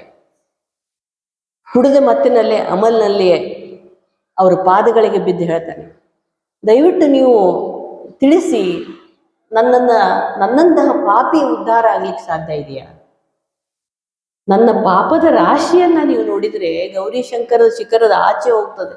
ನಾನು ಕುಡಿತಿರುವಂಥ ಮದ್ಯದ ಬಾಟಲ್ಗಳನ್ನು ಒಂದರ ಮೇಲೆ ಒಂದಿಟ್ಟರೆ ಎಷ್ಟು ಉನ್ನತ ಮಟ್ಟದಾಗತ್ತೋ ಏನೋ, ಅಂತಹ ಪಾಪಿ ನಾನು ನಿಂತ ಜಾಗದಲ್ಲಿ ಕೂಡ ತೆಗ್ಗು ಬೀಳ್ತದೆ ಅನ್ನುವಂತಹ ಪಾಪದ ರಾಶಿಯನ್ನು ಹೊತ್ತವು ನಾನು. ನನ್ನನ್ನು ಉದ್ಧಾರ ಮಾಡ್ತೀರಾ ನೀವು? ಸಾಧ್ಯ ಇದೆಯಾ? ನನಗೂ ಉದ್ಧಾರದ ಮಾರ್ಗ ಇದೆಯಾ ಅಂತ ಕುಡಿದ ಮತ್ತಿನಲ್ಲಿ, ಕುಡಿದೊಳಗೆಲ್ಲ ಕಕ್ಕ ಬಿಡ್ತಾರಂತ, ನಿಜ ಇರೋದು ಮನಸ್ಸಿನಲ್ಲಿ ಇರೋದು. ಅದೇ ರೀತಿ ಅವಸ್ಥೆ ಗಿರೀಶ್ಚಂದ್ರನಿಗೆ ಬಂದ್ಬಿಟ್ರಿ. ನಕ್ಕು ಹೇಳ್ತಾರೆ ಶ್ರೀರಾಮಕೃಷ್ಣರು, ಎಂಥ ಶಿಖರ ನಿಂದು, ಅದೊಂದೊಂದು ಹತ್ತಿಯಿಂದ ಮಾಡಿದಂತಹ ಶಿಖರ. ಒಂದು ಸಣ್ಣ ಕಿಡಿ ಸಿಕ್ಕರೆ ಸಾಕು, ಎಲ್ಲ ಹತ್ತಿ ಸುಟ್ಟು ಬೂದಿಯಾಗಿ ಬಿಡ್ತದೆ. ಸಂಪೂರ್ಣ ಅಂಧಕಾರವನ್ನು ತುಂಬಿದಂತಹ ಒಂದು ಕೊಠಡಿಯಲ್ಲಿ ಒಂದು ಸಣ್ಣ ಕಡ್ಡಿ ಕೊರೆದು ಸಾಕು, ಕಡ್ಡಿ ಪೆಟ್ಟಿಗಿನಿಂದ ಇಷ್ಟೇ ಕತ್ಲಿ ಉಳಿದು ಇಷ್ಟೇ ಬೆಳಕಾಗಿ ಹಂಗಾಗುವುದಿಲ್ಲ. ಇಡೀ ಕೊಠಡಿ ಹೇಗೆ ಬೆಳಗ್ತದೋ ಹಾಗೆ ನಿನ್ನಲ್ಲಿ ಇರುವಂತಹ ಆ ಒಂದು ಪಾಪ ಪ್ರಜ್ಞೆ ಸಂಪೂರ್ಣವಾಗಿ ಮಾಯ ಆಗಿ ನಿನ್ನ ಬೆಳಕಿನತ್ತ ಕರೆದುಕೊಂಡು ಹೋಗ್ತದೆ. ಏನು ಪಾಪದ ರಾಶಿ ಅಂತ ಹೇಳ್ತಾ ಇದ್ದೀನಿ, ಒಂದು ಸಣ್ಣ ಕಿಡಿ ಸಾಕು ನಿನ್ನ ಹತ್ತಿಯ ಆ ಒಂದು ನಶ್ವರವಾದಂತಹ ಒಂದು ಇದು ಗುಡ್ಡ ಬಿದ್ದು ಹೋಗ್ಲಿಕ್ಕೆ ಅಂತ ನಗ್ಲಿಕ್ಕೆ ಶುರು ಮಾಡ್ತಾರೆ. ಬದುಕಿನಲ್ಲಿ ಅವತ್ತು ಭರವಸೆಯ ಒಂದು ಅನುಭವ ಉಂಟಾಗ್ತದೆ ಗಿರೀಶ್ಚಂದ್ರ. ಓಹೋ, ಇಂಥದ್ದು ಒಂದು ಬದುಕಿದೆಯಲ್ಲ. ಆದರೂ ಕೂಡ ಇನ್ನೂ ಪೂರ್ತಿ ಶ್ರದ್ಧೆ ಬಂದಿಲ್ಲ ಅವನಿಗೆ, ಶ್ರೀರಾಮಕೃಷ್ಣರ ಮೇಲೆ ಸಂಪೂರ್ಣವಾದಂತಹ ಶ್ರದ್ಧೆ ಬಂದಿಲ್ಲ. ಒಂದು ಸಾರಿ ನೇರವಾಗಿ ವೇಶ್ಯೆ ಮನೆಯಿಂದ ಶ್ರೀರಾಮಕೃಷ್ಣರ ಇದಕ್ಕೆ ಸಂಪೂರ್ಣ ಮತ್ತನಾಗಿ ಬರ್ತಾನೆ. ಇವತ್ತೇನು ಮಾಡ್ತಾರೆ ನೋಡೋಣ. ಹೇಳ್ತಾರೆ ಅವ್ರ ಮುಂದೆ, ನಾನು ಇಂಥವಳ ಮನೆಯಿಂದ ಬರ್ತಾ ಇದ್ದೀನಿ, ಕುಡ್ಕೊಂಡೇ ಬರ್ತಾ ಇದ್ದೀನಿ, ನನ್ನನ್ನು ಉದ್ಧಾರ ಮಾಡ್ತೀರಾ ನೀವು? ಶ್ರೀರಾಮಕೃಷ್ಣರು ಮತ್ತೆ ಸಂತೋಷದಿಂದ ಭಜನೆಯಲ್ಲಿ ನರ್ತನ ಮಾಡ್ತಾ ಇರ್ತಾರೆ. ಅವರು ಬಂದೇ ಇಲ್ಲ, ಗೊತ್ತಾಯ್ತು ನನಗೆ ನೀನು ಬರ್ತೆ, ಉದ್ಧಾರ ಮಾಡ್ತೀನಿ, ನಿನಗೆ ಉದ್ಧಾರ ಆಗ್ಲಿಕ್ಕೆ ಇಷ್ಟ ಇದೆಯಾ? ನಾನು ಹೇಳಿದ ಮಾತನ್ನು ಕೇಳಬೇಕಾಗಿದ್ರೆ ನೀನು, ನಾನೇನು ಮಾಡ್ಬೇಕು ಹೇಳಿ? ದಿನಕ್ಕೆ 2 ಸಾರಿ ಭಗವಂತನ ನಾಮಸ್ಮರಣೆಯನ್ನು ಹೇಳಬೇಕು, ಬೆಳಗ್ಗೆ ಸಾಯಂಕಾಲ. ಇವನು ಹೇಳ್ತಾನೆ, ನನ್ನಂಥ ಕುಡುಕನಿಗೆ ಬೆಳಗ್ಗೆ ಯಾವಾಗ ಆಗುತ್ತೋ ಕತ್ಲೆ ಯಾವಾಗ ಆಗುತ್ತೋ ಗೊತ್ತಾಗೋದಿಲ್ಲ, ನಾನು ಯಾವಾಗ ರೀ ನಾಮಸ್ಮರಣೆ ಮಾಡಬೇಕು ಅಂತ ಕೇಳ್ತಾನೆ. ಓ ಹೌದಾ, ಹಾಗಾದರೆ ನೀನು ಊಟ ಮಾಡೋಕ್ಕಿಂತಲೂ ಮೊದಲು ಒಂದ್ಸಾರಿ ಭಗವಂತನ ಹೆಸರು ತೆಗೆದುಕೊಂಡು ಊಟವನ್ನು ಸೇವನೆ ಮಾಡು. ನಾನು ಎಷ್ಟು ಸಾರಿ ಊಟನೇ ಮಾಡೋದಿಲ್ಲ, ನಾನು ಕುಡಿಯೋದೇ ಮದ್ಯವನ್ನು, ನಾನೆಲ್ಲಿ ಊಟ ಮಾಡ್ತೀನಿ, ನಾನೆಲ್ಲಿ ನಾಮಸ್ಮರಣೆ ಮಾಡ್ತೀನಿ? ಓ ಅದು ಸಾಧ್ಯವಿಲ್ವಾ ನಿನಗಾಗಿದ್ರೆ? ನೀನು ಯಾವಾಗ ಮಲಗ್ತೀಯ, ಮಲಗೋ ಮೊದಲು ಒಂದ್ಸಾರಿ ದೇವರ ಹೆಸರನ್ನು, ಒಂದ್ಸಾರಿ, ದಿನಕ್ಕೆ ಒಂದ್ಸಾರಿ. ನನಗೆ ವೇಳೆನೂ ಇಲ್ಲ, ನನಗೆ ಸ್ಥಳನೂ ಇಲ್ಲ, ನಾನು ಎಲ್ಲಿ ಬಿದ್ದುಕೊಳ್ತೀನೋ, ಎಲ್ಲಿ ಹೇಳ್ತೀನೋ, ಎಲ್ಲಿ ನಿದ್ದೆ ಆಗುತ್ತೋ, ಯಾವಾಗ ಎಚ್ಚರಿರ್ತೀನೋ ಏನೂ ಗೊತ್ತಿಲ್ಲ. ಹೌದಾ, ಹಾಗಾದರೆ ಒಂದು ಕೆಲಸ ಮಾಡು, ನಿನ್ನ ಎಲ್ಲ ಸಂಪೂರ್ಣ ಜವಾಬ್ದಾರಿಯನ್ನು ನನಗೆ ಕೊಟ್ಬಿಡು. ಪವರ್ ಆಫ್ ಅಟರ್ನಿ ಅಂತ ಹೇಳ್ತೀವಲ್ಲ, ನಿನ್ನ ಪರವಾಗಿ ನಾನು ಮಾಡ್ತೀನಿ ಎಲ್ಲವನ್ನು, ನೀನು ಏನೇ ಮಾಡಬೇಕಾದರೂ ನನ್ನ ಅಪ್ಪಣೆ ಇಲ್ಲದೆ ಏನೂ ಮಾಡೋ ಹಾಗಿಲ್ಲ. ಪ್ರತಿಯೊಂದು ಅವಾಗ ಅನ್ನಿಸ್ಬಿಡ್ತದೆ, ಓ ಎಷ್ಟು ಸರಳ ಇದೆ ಇದು ಕೆಲಸ, ನನ್ನ ಮೇಲೆ ಏನೂ ಇಲ್ಲಲ್ಲ, ಎಲ್ಲ ಅವ್ರ ಮೇಲೆ ಹಾಕಿ ಇದು ನಾನು ಒಪ್ಕೋತೀನಿ ಅಂತಾನು. ಆಮೇಲೆ ಗೊತ್ತಾಗ್ತದೆ ಅವನಿಗೆ ಅದು ಎಷ್ಟು ಕಷ್ಟದ ಕೆಲಸ ಅನ್ನುವಂಥದ್ದು. ಆದರೆ ಅವನಲ್ಲಿ ಶಕ್ತಿ ಎಷ್ಟಿರ್ತದಂದ್ರೆ, ಮಾತು ಕೊಟ್ಟ ಆದರೆ ಅದನ್ನು ನಡೆಸಲೇಬೇಕು. ಅಶಕ್ತನಾಗಿ ಹಿಂದೆ ತೆಗೆದುಕೊಳ್ಳುವಂಥ ಶಕ್ತಿ ಇರುವುದಿಲ್ಲ. ಸಣ್ಣವನಿದ್ದಾಗ ಎಲ್ಲೆಲ್ಲೂ ನೀರಿನಲ್ಲಿ ತೇಲ್ಕೊಂಡು ಹೆಣಗಳು ಬರ್ತಾ ಇದ್ದು ಅಂತಂದರೆ ಪೋಸ್ಟ್ ಮಾರ್ಟಮ್ಗೆ ತೆಗೆದುಕೊಂಡು ಹೋಗಬೇಕು ಅಂತ ಬರ್ತಾ ಇದ್ರು ಬ್ರಿಟಿಷ್ ಡಾಕ್ಟರ್ಗಳು. ಪೋಸ್ಟ್ ಮಾರ್ಟಮ್ಗೆಲ್ಲ ಒಯ್ಬೇಡ್ರಿ ನೀವು ಅಂತ ಆ ನದಿಯಲ್ಲಿ ಧುಮುಕಿ ಬಾತು ಕೊಳೆತಂತ ಹೆಣಗಳನ್ನು ತೆಗೆದುಕೊಂಡು ಬಂದು ತನ್ನ ಗೆಳೆಯರ ಗುಂಪಿನೊಂದಿಗೆ ಕೂಡಿ ಅದು ಅಂತ್ಯಕ್ರಿಯೆಯನ್ನು ಮಾಡ್ತಾ ಇರ್ತಾನೆ ಗಿರೀಶ್ಚಂದ್ರ. ಸಮಾಜಕ್ಕೆ ಯಾವತ್ತೂ ದ್ರೋಹವನ್ನು ಮಾಡಲಿಲ್ಲ, ತನ್ನ ವೈಯಕ್ತಿಕ ಬದುಕಿನಲ್ಲಿ ತನಗೆ ತಾನು ಮೋಸ ಮಾಡ್ಕೊಂಡು ಬದುಕ್ತಾ ಇದ್ದ, ಹೊರತಾಗಿ ಮಾಡೋದೆಲ್ಲ ಒಳ್ಳೆಯ ಕೆಲಸವನ್ನೇ. ಅಂತಹ ವ್ಯಕ್ತಿ ಅವನಿಗೆ ಅನ್ನಿಸ್ತದೆ ಯಾವಾಗೋ ಒಂದ್ಸಾರಿ ಹೀಗೆ ಕುಡಿಯಬೇಕು ಅಂತ ಅಂದಾಗ ಶ್ರೀರಾಮಕೃಷ್ಣ ನಿನ್ನ ಪವರ್ ಆಫ್ ಅಟರ್ನಿ ನನಗೆ ಕೊಟ್ಟು ಬಿಡು ಅಂತ ಕಣ್ಣು ಮುಂದೆ. ಅಯ್ಯೋ ಇವರಿಗೆ ನಾನು ಕೇಳಲಾರ್ದೆ ಕುಡಿಯೋ ಹಾಗಿಲ್ಲ ಅಲ್ಲ, ಬಾಟ್ಲನ್ನು ಕೆಳಗಿಟ್ಟು ಬಿಡ್ತಾನೆ. ನೀ ಪ್ರತಿಯೊಂದಕ್ಕೂ ಶ್ರೀರಾಮಕೃಷ್ಣರಿಗೆ ಸಂಪೂರ್ಣ ಜವಾಬ್ದಾರಿ, ಅಳಲಿಕ್ಕೂ ಕೂಡ ನನಗೆ ಅಧಿಕಾರ ಇಟ್ಕೊಳ್ಳಿಲ್ಲ ಅಲ್ಲ ನಾನು ಅಂತ ಅಲ್ಲಿಯವರೆಗೂ ಸಂಪೂರ್ಣ ಜವಾಬ್ದಾರಿಯನ್ನು ವಹಿಸಿಬಿಡ್ತಾನೆ. ಯಾಕೆಂದ್ರೆ ಅವನಲ್ಲಿ ಅಂತಹ ಶಕ್ತಿ ಇತ್ತು, ಒಟ್ಟ ಮಾತನ್ನ ಸರಿಯಾಗಿ ನಿರ್ವಹಿಸುವಂತ ಶಕ್ತಿ ಇತ್ತು ಅಂತಾನೆ ಶ್ರೀರಾಮಕೃಷ್ಣರು ಅಂಥವನನ್ನ ಉದ್ಧಾರ ಮಾಡುವ ಒಂದು ಕೆಲಸಕ್ಕೆ ತೆಗೆದುಕೊಂಡು ಅವನು ಸಂಪೂರ್ಣವಾಗಿ ಒಂದು every sinner will have a future ಅನ್ನುವಂಥ ರೀತಿಯಲ್ಲಿ ಏನೂ ಆಗ್ಬೋದು.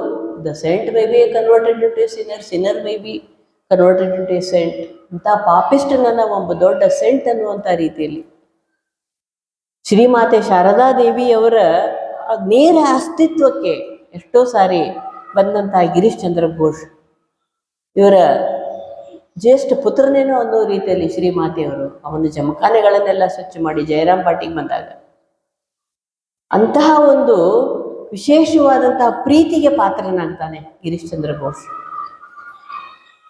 ಅವನ ನಾಟಕ ಕಂಪನಿಯಲ್ಲಿ ಅವನು ಎಷ್ಟು ಮೇಧಾವಿ ಅಂತಂದ್ರೆ ಅವನು ಒಂದ್ಸಾರಿ ನಾಟಕ ಮಾಡ್ಲಿಕ್ಕೆ ಮೊದಲು ಹೋಗಿರ್ತಾನೆ. ಈಗಿನ ತರ ಕಂಪನಿ ಅಂತೆಲ್ಲ ಇರುವುದಿಲ್ಲ, ಪ್ರೈವೇಟ್ ಒಬ್ಬೊಬ್ಬರೇ ತಮ್ಮ ತಮ್ಮ ನಾಟಕದ ಒಂದು ಗುಂಪನ್ನು ಮಾಡಿಕೊಂಡಿರ್ತಾರೆ. ಇವನೇನು ಕರೀತಾರೆ, ನಾಟಕವನ್ನು ನೀನು ಮಾಡಬೇಕು, ಅದರಲ್ಲಿ ಒಂದು ಕುಡುಕನ ಪಾತ್ರ ನಿರ್ವಹಣೆ ಮಾಡಬೇಕಾಗಿರ್ತದೆ. ಇನ್ನು ಮೊದಲಿನ ಸಣ್ಣವನಿದ್ದಾಗ ಅವನು ಬ್ರಿಟಿಷ್ ಅಧಿಕಾರಿ ಒಬ್ಬನು ಹೇಳ್ತಾನೆ, ಅವನಿಗೆ ಕುಡಿಸ್ಬೇಡ್ರಿ ನೀವು, ಮೊದಲೇ ಅವನು ಇದು ಮಾಡ್ತಾನೆ. ಸೊ ಆಗ ಪ್ರೈವೇಟ್ ಯಾರೋ ಒಬ್ಬರು ನಾಟಕದಲ್ಲಿ ನಿನಗೆ ಒಂದು ತಣ್ಣಗೆ ನೀರಿನಲ್ಲಿ ಕೆಂಪು ಬಣ್ಣದ ದ್ರವವನ್ನು ಹಾಕಿಕೊಡ್ತೀವಿ, ಕೋಕಮ್ ಜ್ಯೂಸ್ ಅಂತದೇನು, ಜನರಿಗೆ ಅದು ಸರಿಯ ಥರ ಕಾಣ್ತದೆ, ನೀನು ಕುಡಿಬೇಕು. ಇವನು ಹೇಳ್ತಾನೆ, ತಂಪು ನೀರೆಲ್ಲ ಹಾಕ್ಕೊಡ್ತೀರಾ ನೀವು, ತಂಪು ನೀರು ಕುಡಿದು ನನಗೆ ನ್ಯೂಮೋನಿಯಾ ಬಂದುಬಿಟ್ರೆ, ಮೊದಲೇ ಚಳಿ ಇದೆ, ಕುಡ್ಕನ ಪಾತ್ರ ಮಾಡ್ಬೇಕಂತೀರ, ನಾನು ಯಾಕೆ ಅಭಿನಯ ಮಾಡಲಿ, ನಾನು ಕುಡ್ದೇ ಮಾಡ್ತೀನಿ. ಕುಡ್ದೆ ಮಾಡಿದಾಗ ಅದರಲ್ಲಿ ಇರುವಂಥ ಒಂದು ನೈಜತೆ ಬರ್ತದಲ್ಲ, ನಾನು ಹಾಗೆ ನನಗೆ ನೀವು ದೊಡ್ಡ ಒಂದು ಬೇರೆ ಬಾಟಲ್ ತಂದು ಕೊಡಬೇಕು ಅಂತ ಸಣ್ಣವನಿದ್ದಾಗ ಆ ರೀತಿ ಹಠ ಮಾಡಿ ಸರಾಯಿ ಕುಡ್ದನೇ ಆವತ್ತು ಕುಡುಕನ ಪಾತ್ರದಲ್ಲಿ ಬಹಳ ಅದ್ಭುತವಾಗಿ ನಿರ್ವಹಣೆ ಮಾಡ್ತಾನೆ. ಓವರ್ ನೈಟ್ನಲ್ಲಿ ಅವನು ಒಂದು ಇಮೇಜೇ ಬದಲಾವಣೆ ಆಗಿಬಿಡ್ತದೆ. ಇಷ್ಟು ಶಕ್ತಿವಂತ ಅವನಿಗೆ ಅನಿಸ್ತದೆ. ಅವಾಗ ಅವರಿವರು ಥಿಯೇಟರ್ನಲ್ಲಿ ಹೋಗಿ ನಾನು ಯಾಕೆ ಕೆಲಸ ಮಾಡಬೇಕು, ನಾನೇ ನಂದೇ ಥಿಯೇಟರ್ ಅನ್ನು ಶುರು ಮಾಡಿಬಿಡ್ತೀನಿ. ಇವತ್ತಿನ ಈ ನಾಟಕಗಳ ಸಂಸ್ಕೃತಿ ಶುರು ಮಾಡಿದ್ದೆ ಗಿರೀಶ್ ಚಂದ್ರ ಘೋಷ್. ಇದರ ಹಿಂದೆ ಕೆಲಸ ಮಾಡಿದ್ದು ಯಾವ ಶಕ್ತಿ ಇದೆ ಅಲ್ವೇ? ಶ್ರೀರಾಮಕೃಷ್ಣರ ಪ್ರೀತಿಯ ರೀತಿ ಅಂತಂದ್ರೆ ಎಂಥ ವ್ಯಕ್ತಿಯಾಗಿ ಮಾರ್ಪಾಡಾಯಿತು. ನಿಜವಾಗಿಯೂ ಪರುಷಮಣಿ, ಅದರ ಸ್ಪರ್ಶಕ್ಕೆ ಬರುವಂತ ಕಬ್ಬಿಣ ಕೂಡ ಬಂಗಾರ ಆಗ್ತದೆ ಅನ್ನೋದಕ್ಕೆ ಪ್ರತ್ಯಕ್ಷ ನಿದರ್ಶನ ಇದು. ಅವನ ಆ ಒಂದು ಆಗಿನ ಕಾಲದಲ್ಲಿ ಹೆಂಗಸರ ಪಾತ್ರವನ್ನು ಕೂಡ ಗಂಡಸರೇ ಮಾಡ್ತಾ ಇರ್ತಾರೆ. ನಾಟಕದಲ್ಲಿ ಲೇಡೀಸ್ ಪಾರ್ಟಿಸಿಪೇಟ್ ಮಾಡೋ ಹಾಗೆ ಇರೋದಿಲ್ಲ, ಹೆಂಗಸರು ಹೊರಗೆ ಬರ್ಲಿಕ್ಕೆ ಅವಕಾಶ ಇರೋದಿಲ್ಲ. ಅಲ್ಲಿಯೂ ಕೂಡ ಒಂದು ರೀತಿಯ ರೆವಲ್ಯೂಷನ್ನೇ ತಗೊಂಡು ಬರ್ತಾನೆ. ಯಾವ ಕೀಳು ಮಟ್ಟದ ಜೀವನವನ್ನು ನಡೆಸ್ತಾ ಇರ್ತಾರೆ ಹೆಣ್ಮಕ್ಕಳು, ಅಂತ ಹುಡುಗಿಯರನ್ನ, ಎಲ್ಲಿ ಕಲಾವಿದರಿದ್ದಾರೆ ಅವರನ್ನು ಕರೆದುಕೊಂಡು ತನ್ನ ನಾಟಕದಲ್ಲಿ ಅವರಿಗೆ ಉತ್ತಮವಾದಂತಹ ಪಾತ್ರಗಳನ್ನು ಕೊಟ್ಟು ಬಿಡ್ತಾನೆ. ಹಾಗೆಯೇ ನಟಿ ವಿನೋದಿನಿ, ಗೌರಾಂಗ ವಿಜಯ್, ಚೈತನ್ಯನ ಒಂದು ನಾಟಕವನ್ನ ಇವನು ಮಾಡಿದಾಗ ನಟಿ ವಿನೋದಿನಿ ಚೈತನ್ಯನ ಪಾತ್ರವನ್ನ ವಹಿಸ್ತಾಳೆ. ಆ ನಾಟಕವನ್ನು ನೋಡ್ಲಿಕ್ಕೆ ಬಂದಂತಹ ಶ್ರೀರಾಮಕೃಷ್ಣರು ಅವರಿಗೆ ಬಾಕ್ಸ್ ಅಂತ ಅದು ಬೇರೆ ಇದರಲ್ಲಿ ಒಂದು ರಿಸರ್ವೇಷನ್ ಮಾಡಿಸ್ಕೊಟ್ಟಿರ್ತಾರೆ. ಶ್ರೀರಾಮಕೃಷ್ಣರ ಹತ್ರ ಬರಬೇಕು ಅಂತ ಅವಳಿಗೂ ಆಸೆ ಇರ್ತದೆ. ಅದೇ ತನ್ನ ಜೀವನ ಬಹಳ ಕೆಳಮಟ್ಟದಂತ ಅವರನ್ನು ಮುಟ್ಟುವಂತಹ ಅಥವಾ ಅವರನ್ನು ನೋಡುವಂತಹ ಧೈರ್ಯ ಮಾಡಿರುವುದಿಲ್ಲ ವಿನೋದಿನಿ. ಅದಾದ್ಮೇಲೆ ಬಂದು ಕೇಳ್ತಾಳೆ, ಹೇಗನ್ನಿಸ್ತು ನಿಮಗೆ? ಅಶಲ್ ನಕಲ್ ಎಕ್ ಅಂತ ಹೇಳ್ತಾರೆ. ಇಲ್ಲಿ ನಕಲಿ ಯಾವುದು ಅಸಲಿ ಯಾವುದು ಎರಡೂ ಒಂದೇ ಅನ್ನುವ ರೀತಿಯಲ್ಲಿ ನೀವು ಅಷ್ಟು ಚೆನ್ನಾಗಿ ಅಭಿನಯ ಮಾಡಿಬಿಟ್ರಿ. ಶ್ರೀರಾಮಕೃಷ್ಣರಿಗೆ ನಮಸ್ಕಾರ ಮಾಡ್ತಾಳೆ. ತೋಮಾದರಿ ಚೈತನ್ಯ ಹೋ ಅಂತ ಆಶೀರ್ವಾದ ಮಾಡ್ತಾರೆ. ನಿನಗೆ ಜಾಗೃತಿ ಉಂಟಾಗಲಿ, ನಿನ್ನಲ್ಲಿ ಜಾಗೃತಿ ಉಂಟಾಗಲಿ. ಅಂತಹ ನಟಿ ವಿನೋದಿನಿ ತನ್ನ ಕೊನೆಯ ದಿನಗಳನ್ನ ಎಷ್ಟು ಫಲಪ್ರದವಾಗಿ ಎಷ್ಟು ಸುಂದರವಾಗಿ ಕಳೀತಾಳೆ ಅಂತಂದ್ರೆ, ಶ್ರೀರಾಮಕೃಷ್ಣರ ಭಾವಚಿತ್ರವನ್ನು ಕೈಯಲ್ಲಿ ಹಿಡಿದುಕೊಂಡು ಸಂಪೂರ್ಣವಾದ ಕಾನ್ಷಿಯಸ್ ಸ್ಟೇಟ್ನಲ್ಲಿ ಶ್ರೀರಾಮಕೃಷ್ಣ ಅಂತ ತನ್ನ ಪ್ರಾಣವನ್ನು ಬಿಡ್ತಾಳೆ ನಟಿ ವಿನೋದಿನಿ. ಅದೇ ರೀತಿ ತಾರಾ ಸುಂದರಿ ಅನ್ನುವಂಥ ಒಬ್ಬಳು ನಟಿ, ಅವಳು ಕೂಡ ಮುಂದೆ ಬಂದದ್ದೇ ಈ ನಮ್ಮ ಗಿರೀಶ್ ಚಂದ್ರ ಘೋಷನ ಥಿಯೇಟರಿನಿಂದ. ತಿನಕರಿ ಅಂತ ಒಬ್ಬಳು ಇರ್ತಾಳೆ. ಬಹಳ ಸುಂದರ ಹೆಣ್ಣು ಮಕ್ಕಳು ಇವರೆಲ್ಲ. ಆಗಿನ ಕಾಲದಲ್ಲಿ ಉತ್ತಮ ಕಲಾವಧೆಯರು, ಬಹಳ ಸುಂದರವಾಗಿ ಹಾಡು ಹೇಳ್ತಾ ಇದ್ದಂಥವ್ರು. ಮುಂದೆ ಅವರೆಲ್ಲ ಶ್ರೀಮಾತೆ ಶಾರದಾದೇವಿ ಅವರ ಬಳಿಗೆ ಉದ್ಬೋಧನಕ್ಕೆ ಬರ್ತಾಳೆ. ತಿನಕರಿ ಮೇಲೆ ಬರುವುದಿಲ್ಲ, ಫಲಗಳ ಬುಟ್ಟಿಯನ್ನು ತೆಗೆದುಕೊಂಡು ಒಳಗೆ ಬರ್ಬೇಕಂತಾಳೆ. ಬರುವುದಿಲ್ಲ. ಇಲ್ಲ ಇಲ್ಲ, ನಾನು ಪಾಪಿ, ಒಳಗೆ ಬರೋ ಹಾಗಿಲ್ಲ. ಯಾಕಮ್ಮ ಹಾಗೆ ಹೇಳ್ತೀಯ? ಶ್ರೀರಾಮಕೃಷ್ಣರೇ ನಿಮ್ಮನ್ನ ತಮ್ಮ ಮಕ್ಕಳಂತ ಸ್ವೀಕಾರ ಮಾಡಿ ಬಿಟ್ಟ ಮೇಲೆ ನಾನು ನಿಮ್ಮ ತಾಯಿ ಆಗುವುದಿಲ್ವೇ? ನೀವು ಧಾರಾಳವಾಗಿ ಒಳಗೆ ಬನ್ನಿ. ಮತ್ತೆ ಅವಳಿಂದ ಒಂದೆರಡು ಭಜನೆಗಳನ್ನು ಹಾಡಿಸಿ ಶ್ರೀರಾಮಕೃಷ್ಣರ ಪ್ರಸಾದವನ್ನು ಕೊಟ್ಟು ಅವರಿಗೆ ಸಕಲ ಪ್ರೀತಿ ಮರ್ಯಾದೆ ಇವುಗಳಿಂದ ಶ್ರೀಮಾತೆಯವರು ಕಳಿಸಿಕೊಡ್ತಾರೆ. ಈ ಒಂದು ಎಲ್ಲ ಉದಾಹರಣೆಗಳನ್ನು ನಾವು ನೋಡಿದಾಗ ಶ್ರೀರಾಮಕೃಷ್ಣರ ವಿಶ್ವವನ್ನು ತಬ್ಬಿದಂತಹ ವಾತ್ಸಲ್ಯದಲ್ಲಿ ಯಾರು ಹೊರಗೆ ಉಳಿದಿದ್ದಾರೆ ಇಲ್ಲಿ? ಎಲ್ಲಿ ಶ್ರದ್ಧೆ ಇದೆ, ಎಲ್ಲಿ ನಿರ್ಮಲ ಮನಸ್ಸಿದೆ, ಎಲ್ಲಿ ಸ್ವಚ್ಛವಾದಂತಹ ಬದುಕಬೇಕು ಅನ್ನುವಂತಹ ಆಸೆ ಇದೆ, ಅಂತಲ್ಲಿ ನಿಜವಾದ ಪ್ರೀತಿ ಅವರದ್ದು ಇದ್ದೇ ಇದೆ. ಇಂತಹ ಪ್ರೀತಿ ಯಾವಾಗ ಸಮಾಜದಲ್ಲಿ ಹಬ್ಬುತ್ತದೋ ಆವಾಗ ಸರಳವಾದ ಸುಂದರವಾದಂಥ ಸಮಾಜದ ನಿರ್ಮಾಣ ಆಗಲಿಕ್ಕೆ ಸಾಧ್ಯ ಇದೆ. ಅದನ್ನು ಉಂಟು ಮಾಡಲಿಕ್ಕೆ ಬಂದಿರೋದು. ಲೋಕಾತೀತರಾಗಿದ್ದರೂ ಲೋಕ ಕಲ್ಯಾಣಕ್ಕಾಗಿ ಸಾಮಾನ್ಯರಲ್ಲಿ ಅತಿ ಸಾಮಾನ್ಯರಾಗಿ ಬದುಕಿದ್ರು ಅಂತ ಸ್ವಾಮಿ ವಿವೇಕಾನಂದರು ತಮ್ಮ ಚಂಡಾಲ ಅನ್ನುವಂಥ ಒಂದು ಶ್ಲೋಕದಲ್ಲಿ ಬರೀತಾರೆ. ಚಂಡಾಲರತ್ತು ಕೂಡ ಯಾವುದೇ ರೀತಿಯ ರೆಸಿಸ್ಟೆನ್ಸ್ ಇಲ್ಲದೆ, ಯಾವುದೇ ರೀತಿಯ ಅಡೆತಡೆ ಇಲ್ಲದೆ ಹರಿಯುವಂತಹ ಒಂದು ಪ್ರೀತಿ. ಮುಂದೆ ಬರಿತಾ ಶಕ್ತಿ ಸಮುದ್ರ ಸಮುದ್ರ ತರಂಗಂ ಅಂತೆಲ್ಲ ಶ್ರೀರಾಮಕೃಷ್ಣರ ಬಗ್ಗೆ ಸ್ವಾಮಿ ವಿವೇಕಾನಂದರು ಹೇಳ್ತಾರೆ. ಇಂತಹ ಈ ಶ್ರೀರಾಮಕೃಷ್ಣರ ವಿಶೇಷವಾದಂತಹ ಪ್ರೀತಿಯ ಕಿಡಿ ಪ್ರತಿಯೊಂದು ಮನಗಳಲ್ಲಿ ಬೆಳಗಿದಾಗ ಮನಸ್ಸು ಪ್ರಶಾಂತ ಆಗ್ತದೆ. ಮನೆಗಳಲ್ಲಿ ಬೆಳಗಿದಾಗ ಮನೆಯಲ್ಲಿ ಸದಾ ಸಂತೋಷ ನಲಿದಾಡುತ್ತದೆ. ಸಮಾಜದಲ್ಲಿ ಈ ಪ್ರೀತಿಯ ಕಿಡಿ ಉಜ್ವಲವಾಗಿ ಬೆಳಗಿದಾಗ ಎಲ್ಲರೂ ನನ್ನವರು, ಈ ಜಗತ್ತೇ ನನ್ನದು ಎನ್ನುವಂತಹ ಒಂದು ಸೌಹಾರ್ದ ಬೆಳೆದು ಪ್ರತಿಯೊಬ್ಬರಿಗೆ ತಮ್ಮ ದೈವತ್ವದ ಅರಿವಾಗ್ತದೆ. ಈ ನಿಟ್ಟಿನಲ್ಲಿ ಶ್ರೀರಾಮಕೃಷ್ಣರ ಈ ಒಂದು ಪ್ರೀತಿ ಇನ್ನೊಂದು ಏನಂದರೆ, ಶ್ರೀರಾಮಕೃಷ್ಣರ ಪ್ರೀತಿ ಎಷ್ಟು ಸ್ವಾರ್ಥರಹಿತರನ್ನಾಗಿ ಮಾಡ್ತಾ ಇತ್ತು. ಈ ಪ್ರಾಪಂಚಿಕ ಪ್ರೀತಿ ಬರೀ ಅಹಂಕಾರ, ಸ್ವಾರ್ಥ, ನಿರೀಕ್ಷೆಗಳನ್ನು ಬೆಳೆಸಿದರೆ ಶ್ರೀರಾಮಕೃಷ್ಣರ ಪ್ರೀತಿ ಸಂಪೂರ್ಣವಾಗಿ ಇಗೋಲೆಸ್ ಸ್ಟೇಟ್.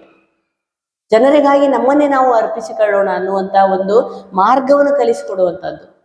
ಇವಾಗ ನಮ್ಮ ಕಣ್ಣೆದುರಿಗೆ ನಾವು ನೋಡ್ತಾ ಇದ್ದೀವಿ. ನಮ್ಮ ಮುಂದೆ, ನಮ್ಮೆಲ್ಲರ ಮುಂದೆ ಮಾತಾಜಿಯರಾಗಿ ವಿರಾಜಿಸ್ತಾ ಇದ್ದಾರಲ್ಲ ಇವರಿಬ್ರು ಮಾತಾಜಿಯರು, ನಮ್ಮ ಸಹೋದರಿಯರು, ಪೂರ್ವಾಶ್ರಮದ ನಮ್ಮ ಡಾಕ್ಟರ್ ವೀಣಾ ಅವರು. ಇವತ್ತು ಅಮೂಲ್ಯಮಯಿ ಮಾತಾಜಿ, ಪೂರ್ವಾಶ್ರಮದ ನಮ್ಮ ಸವಿತಾ ಅವರವರು, ಇವರೆಲ್ಲ ಚಿಕ್ಕ ಚಿಕ್ಕ ಹುಡುಗಿಯರು. ನಾವು ಆಶ್ರಮಕ್ಕೆ ಹೋಗುವಾಗ ಬರ್ತಾ ಇದ್ರು. ಎಷ್ಟು ಪ್ರೀತಿಯಿಂದ ಇವರು, ಎಷ್ಟು ಶ್ರದ್ಧೆಯಿಂದ ಬರ್ತಾ ಇದ್ದಾರೆ ಅಂತ ಸಹೋದರಿ ಅಂತ ಕರೆಸ್ಕೊಳ್ತಾ ಇದ್ದವರು ಇವತ್ತು ಮಾತಾಜಿಯ ಸ್ಥಾನವನ್ನ ಅಲಂಕರಿಸಿ ನಿಮ್ಮೆಲ್ಲರ ಏಳಿಗೆಗಾಗಿ ತಮ್ಮ ಈ ಜೀವನವನ್ನೇ ತ್ಯಾಗ ಮಾಡಿದಾರಲ್ಲ. ಇದರ ಹಿಂದೆ ಏನಿದೆ ಹಾಗಿದ್ರೆ? ಇದಲ್ಲವೇ ಶ್ರೀರಾಮಕೃಷ್ಣರ ಪ್ರೀತಿಯ ರೀತಿ. ಇಂತಹ ಒಂದು ನನ್ನ ಕೆಲವೊಂದು ವಿಚಾರಗಳನ್ನ ತಮ್ಮೊಂದಿಗೆ ಹಂಚಿಕೊಳ್ಳಲಿಕ್ಕೆ ಅವಕಾಶ ಮಾಡಿಕೊಟ್ಟಂತಹ ಪೂಜ್ಯ ಮಾತಾಜಿಯವರಿಗೆ ನನ್ನ ಅನಂತ ನಮಸ್ಕಾರಗಳನ್ನು ಸಲ್ಲಿಸ್ತಾ ನನ್ನ ಎರಡು ಮಾತುಗಳನ್ನು ಮುಗಿಸ್ತೇನೆ. ಜೈ ರಾಮಕೃಷ್ಣ.